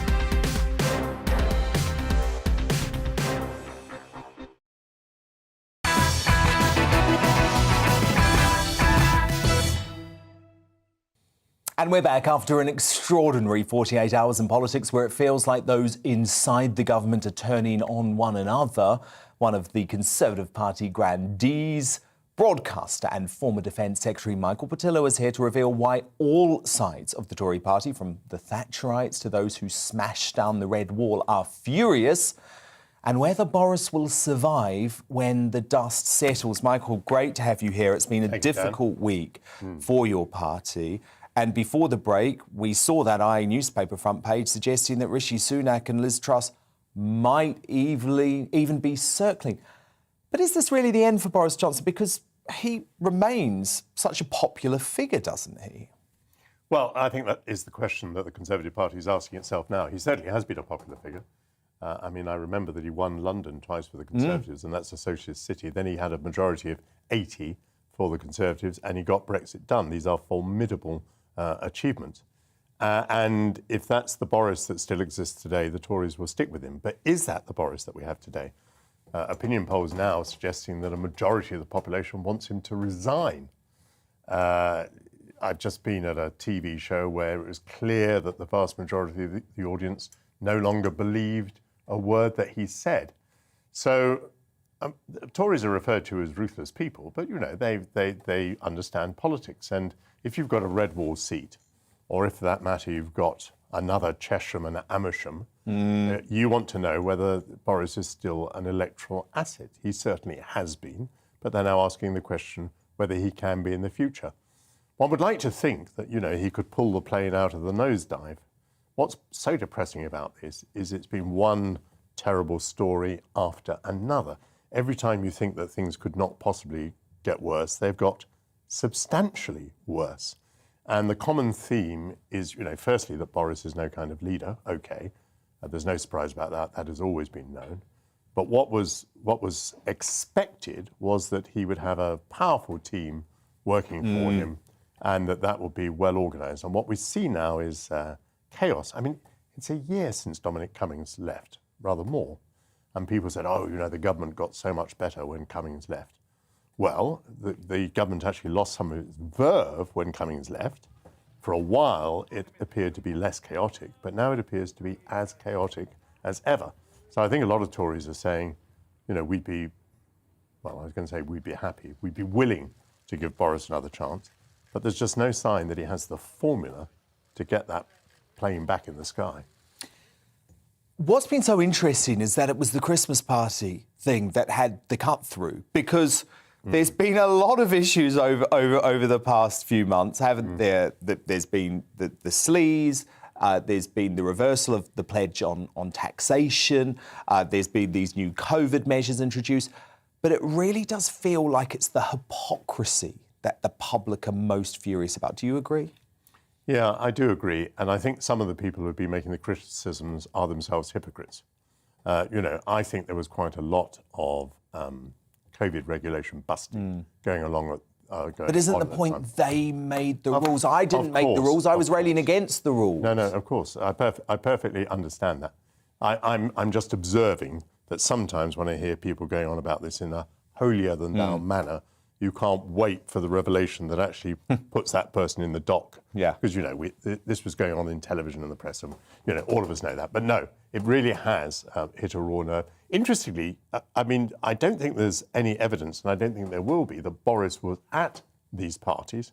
But nonetheless... Certainly not the infamous one on December the 18th.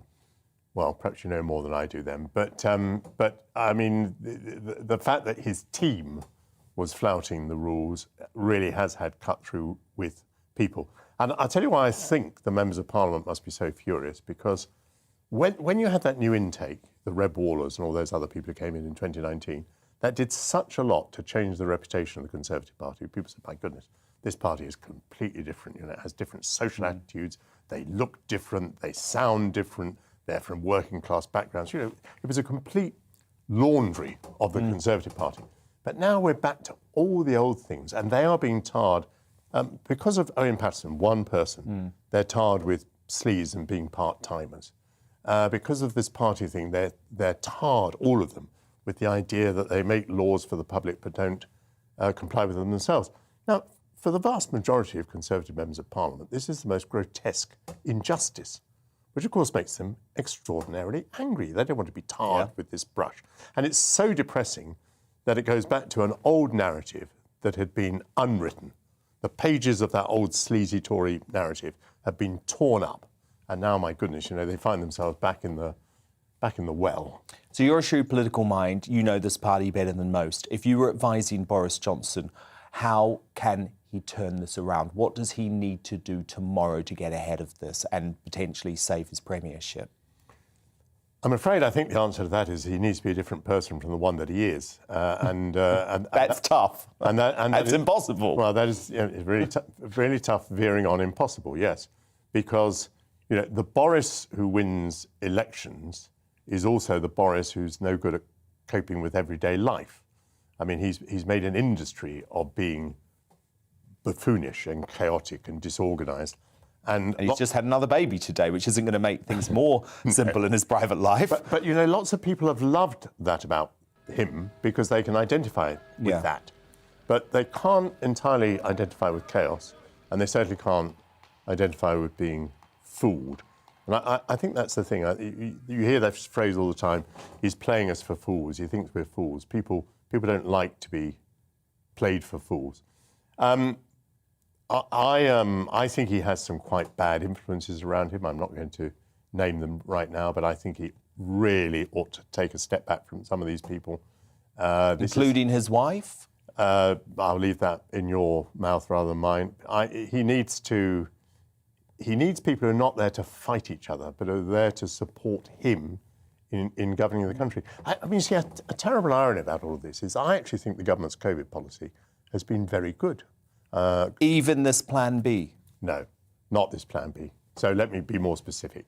The government's COVID policy from December of 2020 till a few weeks ago has been pretty good. Yeah, so good vaccination effort, Freedom Day was sensible. Freedom Day was good, and then I think even the fact that lots of the population has been infected is good. We've had tens of millions of people by now, so even the unvaccinated are probably have very high levels of immunity. Brilliant. What has happened recently is they've let go of the vaccination programme. The first and second doses are at pathetic levels. The booster programme has been disappointing. They haven't done nearly enough to get at the ethnic minorities. And now they've been panicked into this Plan B. the reason the Tories, some Tories, are so furious is they had said they would only go to a plan B if there was evidence that hospitalisations were rising. Hospitalisations in general across the country are static. They're not rising. 5%. Deaths have been static or falling. Only 5% of beds are occupied. Beds, yeah. COVID cases. The crucial figure remains that you're 30 times more likely to die if you are unvaccinated than double vaccinated. So, But on that point, that is clearly why yesterday and whether it was part of a dead cat strategy or not, it doesn't matter to me. It was a very controversial statement to suggest a national conversation about mandatory vaccination. Now, I can't believe that a Conservative Prime Minister would even countenance that. Can you? No, I cannot. And even the halfway stages, I think, require a lot of debate. Because, I mean, part of the strategy is to bully people into getting vaccinated by saying you can't go to a nightclub or, maybe in future, as in France and so on, you can't go to a restaurant. So you create a sort of two-tier society in which you hope that one tier will aspire to get into the other tier.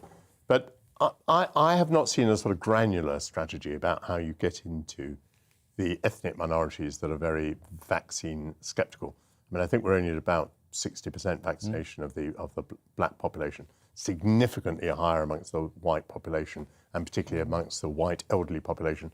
So, I think we've wasted months in which we've not, made greater efforts to get into that population. I certainly think we've missed the drive that was there at the beginning of the vaccination programme. Somewhere in the middle of the year, the government just took the foot off the accelerator, and how crucial that could now prove to be, because if people were double vaccinated mandatory vaccination, not the way to go. Not the way to go, and not the way we will go. You see, that's why it's so tiresome that he raises the subject, because you and I know that's not going to happen. It's not going to happen. We'll tear the country apart. Yeah, we'll tear the country apart, and it's not... Tear his party apart. It tears the party apart. It's not the British way. You wouldn't find a practical way to do it. You and I can trot out 100 reasons why it's not going to happen. So why even raise it? Indeed. Fascinating analysis as ever. Michael Portillo, so good to see you tonight. Thank you very much. Coming up in Uncancelled, why have we brought in vaccine passports despite so much evidence that they don't make any difference? The campaigner Alan Miller warns of the terrible toll Plan B will take on the hospitality industry in Uncancelled soon. But next in Media Buzz, should pregnant offenders be spared prison?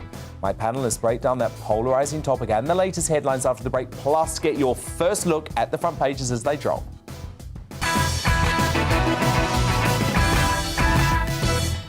You're watching GB News live across the UK and the world on our digital stream. GB News is Britain's news channel. We are the UK's home of discussion and debate from all perspectives. We are here for you. Don't forget to join our YouTube community by clicking on that subscribe button. And if you want the GB News app, you can click and catch up on programmes anytime. We love to hear from you, so email us. gbviews@gbnews.uk. Thanks for being part of the GB News family. My name is Andrew Doyle. Join me every Sunday evening at 7 p.m. for Free Speech Nation. This is a show where we address current affairs and news stories of the week with the help of two wonderful comedian panellists. I brought in comics because I want to give it a lighter edge, and also they work for less. See you there.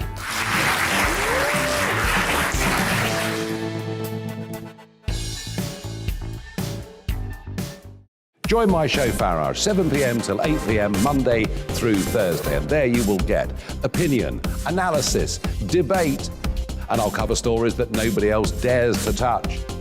And then for the last 15 minutes, talking pints. We're over a drink. We have a civilised conversation with someone. We very often disagree, but we do it in a grown-up way. Come and join me on Farage.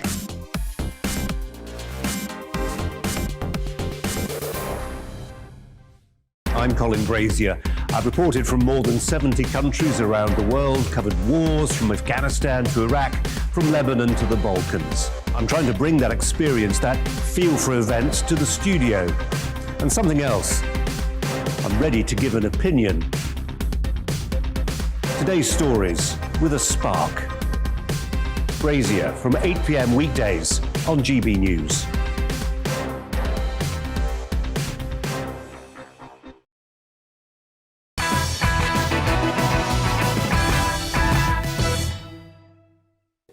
Thank you for staying with us. We'll reveal tonight's Greatest Britain and Union Jackass very shortly. But first, more of the media buzz.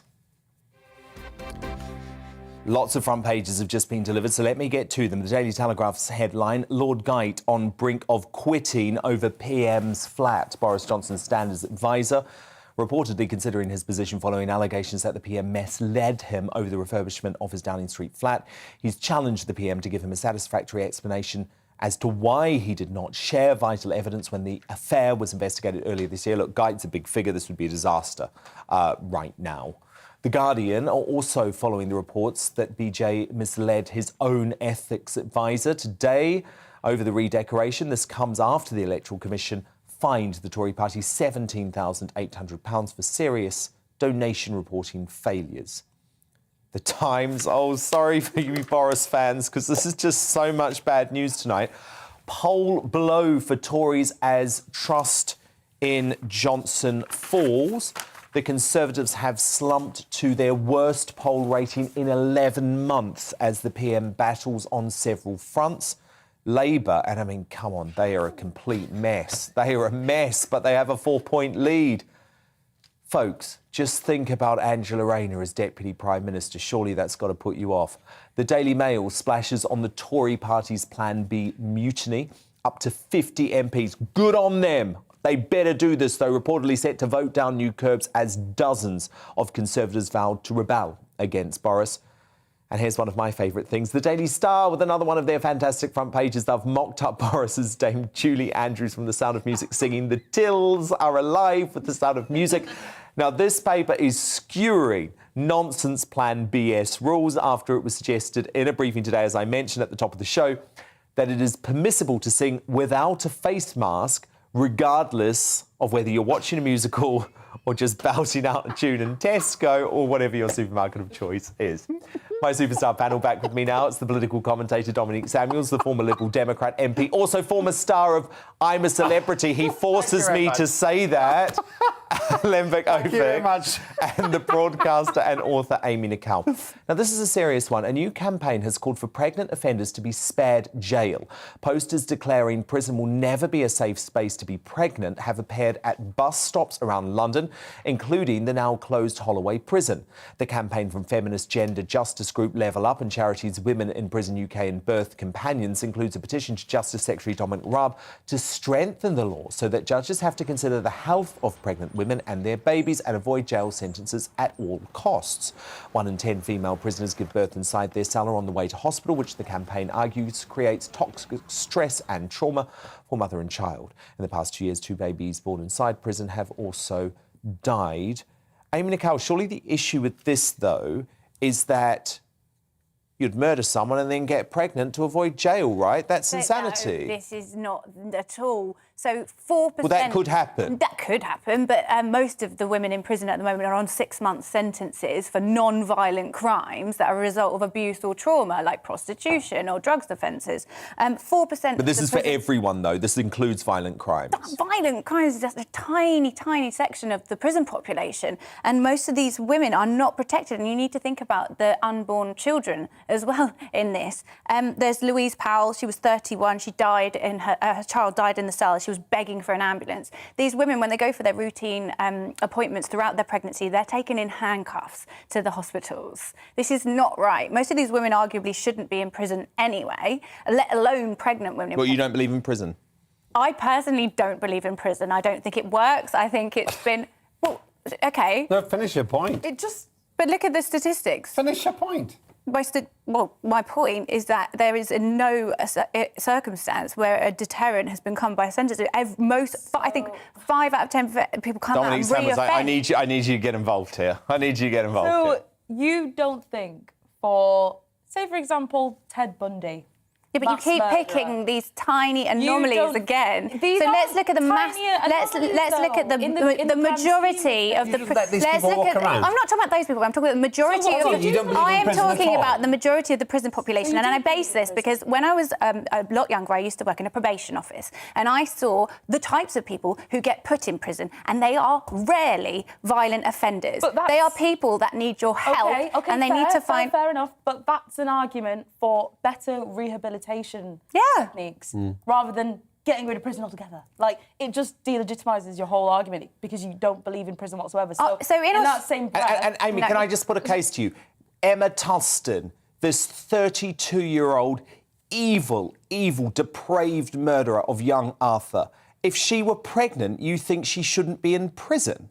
I think if she was pregnant, then that rights of that child have to be incorporated into her treatment. The rights of the child begin when the child leaves the womb and is removed from the monster of the mother. So when there are a female population in prison, so it's 4% of the prison population that is female. So mainly the regulations and the way that we treat prisoners has been developed to treat male prisoners. So when we're talking I just want to give Limbit a chance to respond, then you can come back. I think we get a picture of where you stand with this. Emma Tulson, right, is a monster. I don't mind being sued for saying this. She is not fit to be a mother. But we're not talking about her. We're talking about the prison population. Of a human being.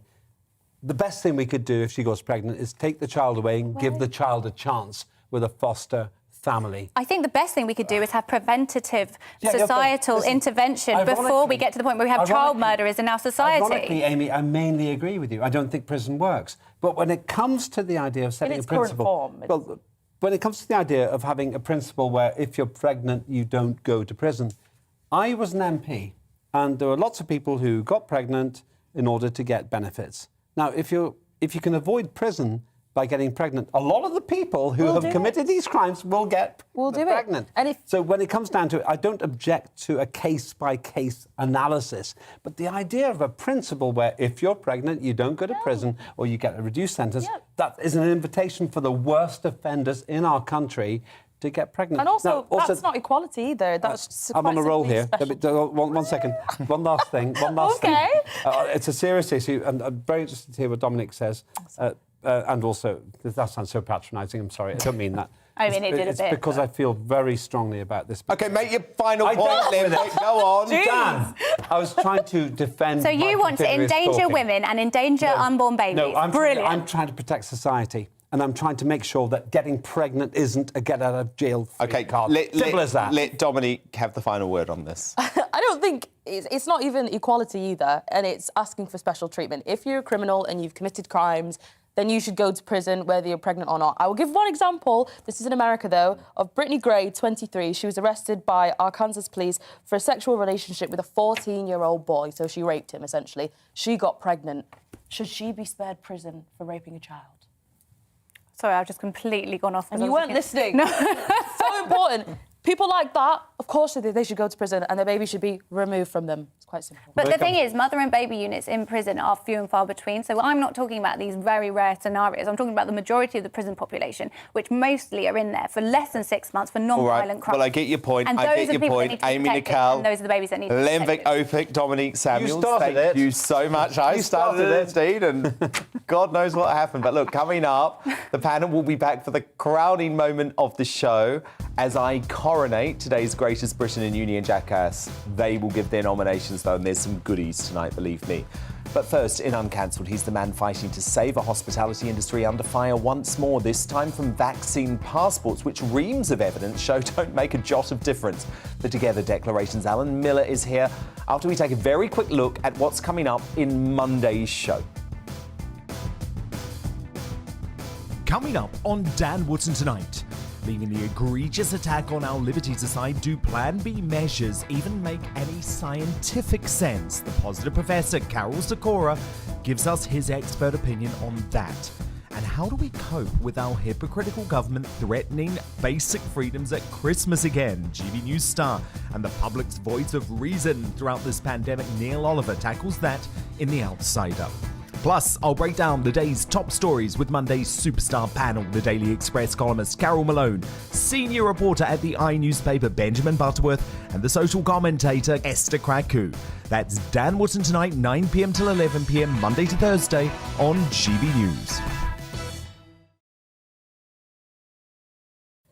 But it's time now for Uncancelled. And this is where Britain's top commentators speak out on controversial issues without the fear of the cancel culture sweeping the rest of the media. The Prime Minister yesterday implemented the dreaded Plan BS and with it dealt a hammer blow to the hospitality industry. Working from home has been all but mandated and large venues, including nightclubs, will be required to check for vaccine passports. But where is the evidence that mandatory COVID passes actually make any difference? Just look at Scotland. The 70-page so-called evidence paper used by Nicola Sturgeon to push through the measures completely contradicted itself, showing that cases in Scotland rose at a similar rate to England, which didn't have vaccine passports at the time. And according to the Nighttime Industries Association, COVID passes in Scotland and Wales have already caused a 30% and 20% drop-off in trade, respectively. Alan Miller, co-founder of the association, plus Open for All and the Together Declaration, fighting back against vaccine passports, joins me now. So, Alan, look, you were prepared for this to come. It's maybe happened earlier than you believed it would. How can you stop this now?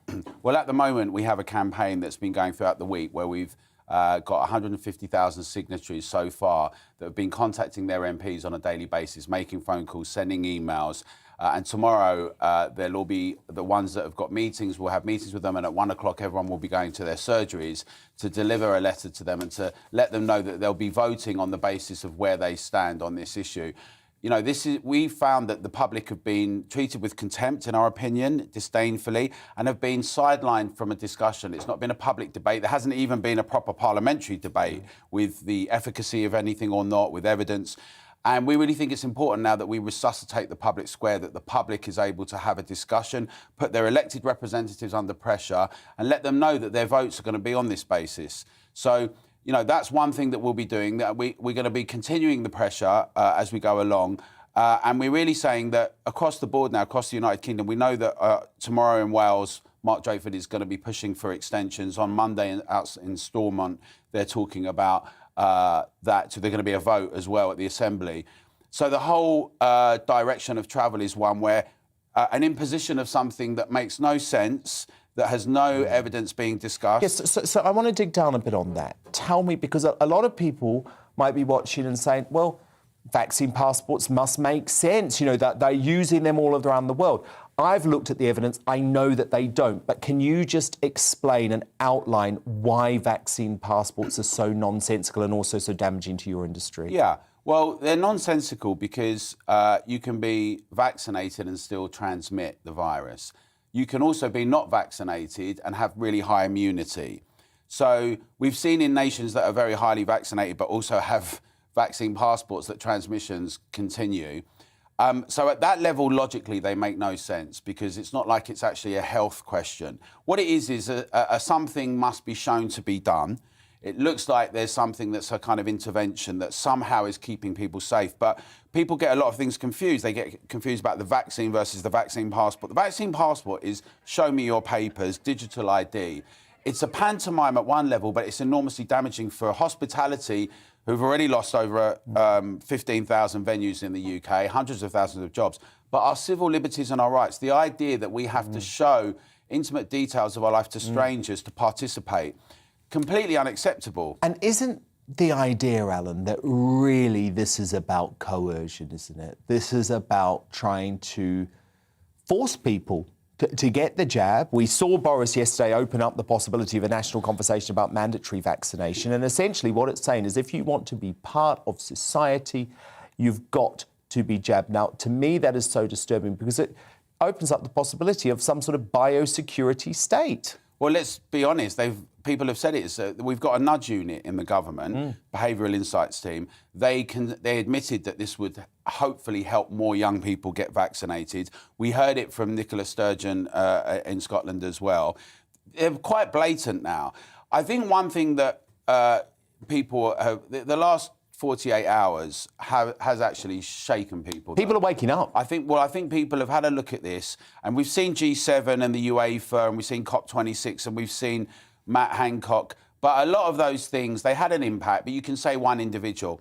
But actually having something where there was many people participating with people who'd set the rules and then laughing it away and then attempting to conceal it, I think people in Britain really feel like, and quite rightly so, we're having the mickey taken out of us. And now when you've got a situation where you know, what are these things, these impositions? You have a knee-jerk reaction to a variant that has mild symptoms, and you announce, right, you declare that there's going to be masks in some places, right? And then you suddenly bring in this plan B with vaccine passports. Let's just call it what it is. It's pure farce and a charade. Very damaging to business, but it's what's really crucial, and this is why we're saying the public has to be involved. And I really encourage viewers to sign the togetherdeclaration.org, but also to make their voices heard with their MPs. This is something that will change our society forever if we allow it to happen. Well, that's my concern, because I completely agree with you that actually the implementation and the enforcement is theatre. No one properly checks these things. People can show a fake QR code, and I say good on you if you do that. You know, get around the rules however you can. But it's about what this opens up. It's about what sort of society we want to be. And it's also about the fundamental relationship between the government and its citizens. And the government are taking too much control. Well, you only have to look at the discussion around Brexit. Many people poo-pooed this, but the idea of sovereignty in a nation, it disappears if the sovereign citizen does not have autonomy and choice and the ability to move freely. Now, this experiment that we've had for the last 300 years, freedom and democracy, is an experiment. It doesn't exist everywhere in the world. No. If we had this kind of conversation, someone might come and knock on the door, take us away like in other places.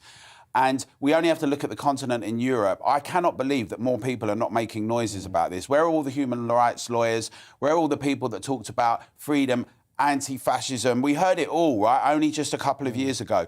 Now we're seeing, you know, we only have to look this week in Italy and France and elsewhere, elderly people being dragged off buses, the police attacking citizens. Yep. You know, we are the people. And in the end, Dan, right, this is the point. And I think that on both sides of this discussion, some people have a problem with contempt for people, unfortunately, right? They're kind of disdainful.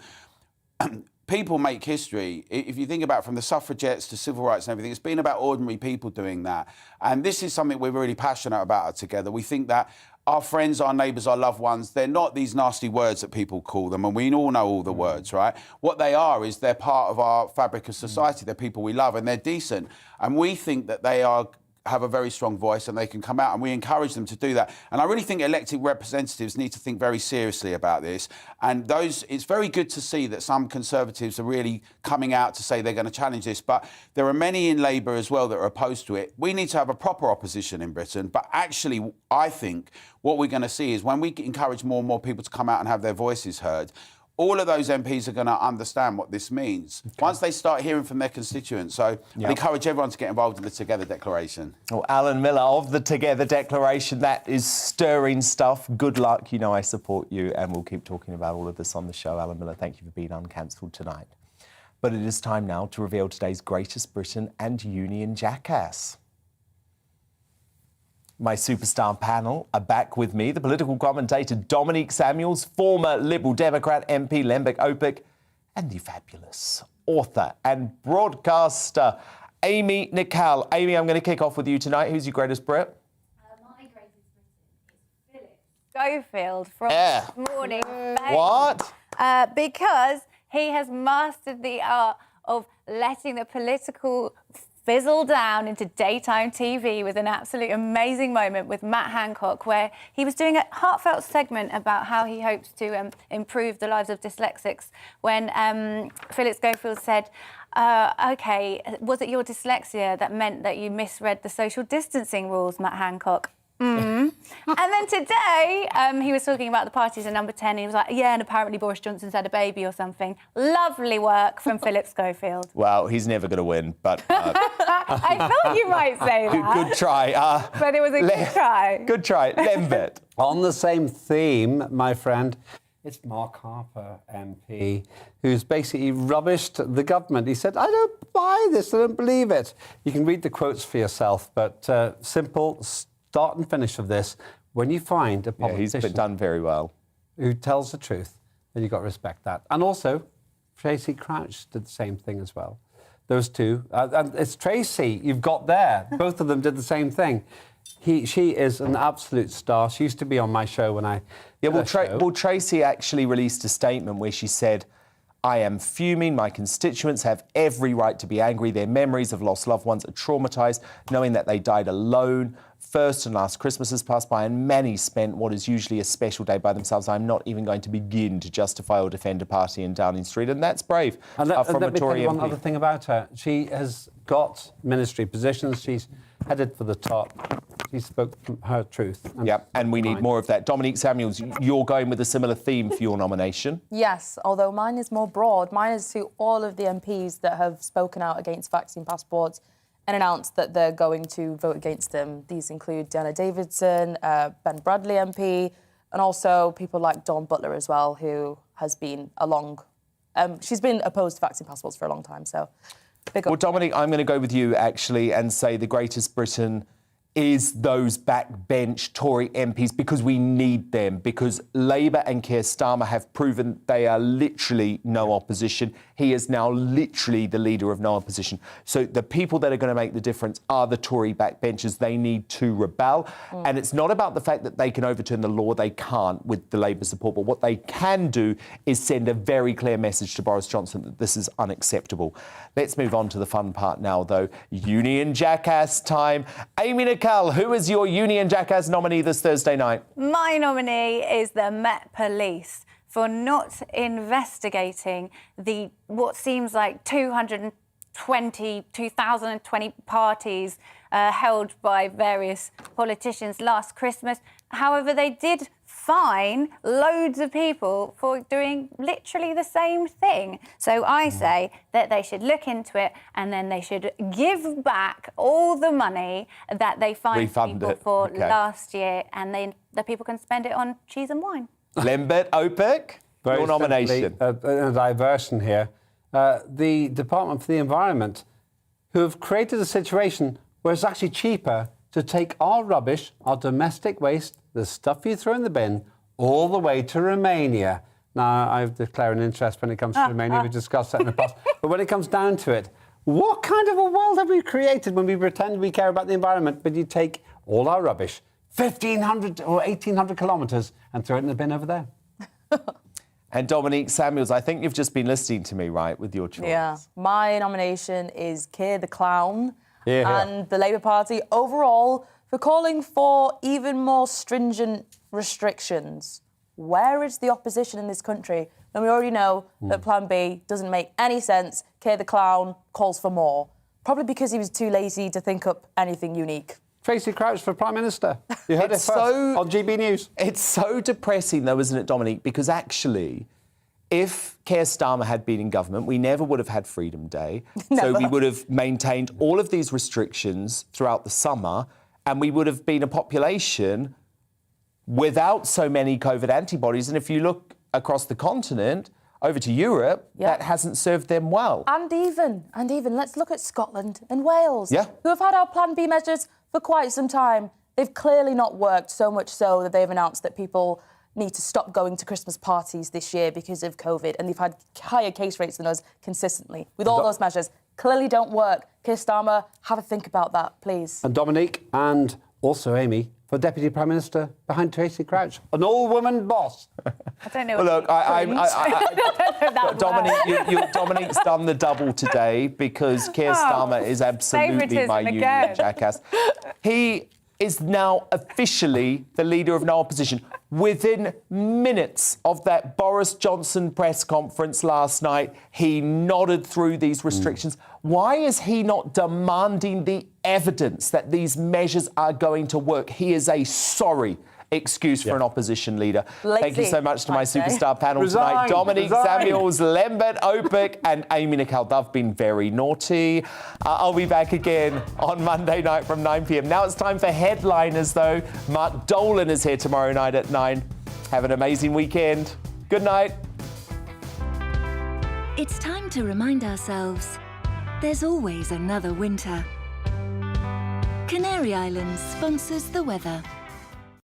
Good evening. Many of us having a fairly wet end to the day, but tomorrow a bright and breezy kind of day, but there will be showers, particularly in the west, and a pretty cold feel as well with that breeze picking up. At the moment we've got low pressure to the northwest, but this weather front is slicing its way across the country, bringing outbreaks of rain and particularly Some heavy bursts across the Midlands, East Anglia and the southeast in the next few hours. It does all tend to scoot out into the North Sea through the early hours, so things becoming drier in the east. But further west there will be showers, those showers of snow over the Scottish mountains, but at low levels hail is likely, and the showers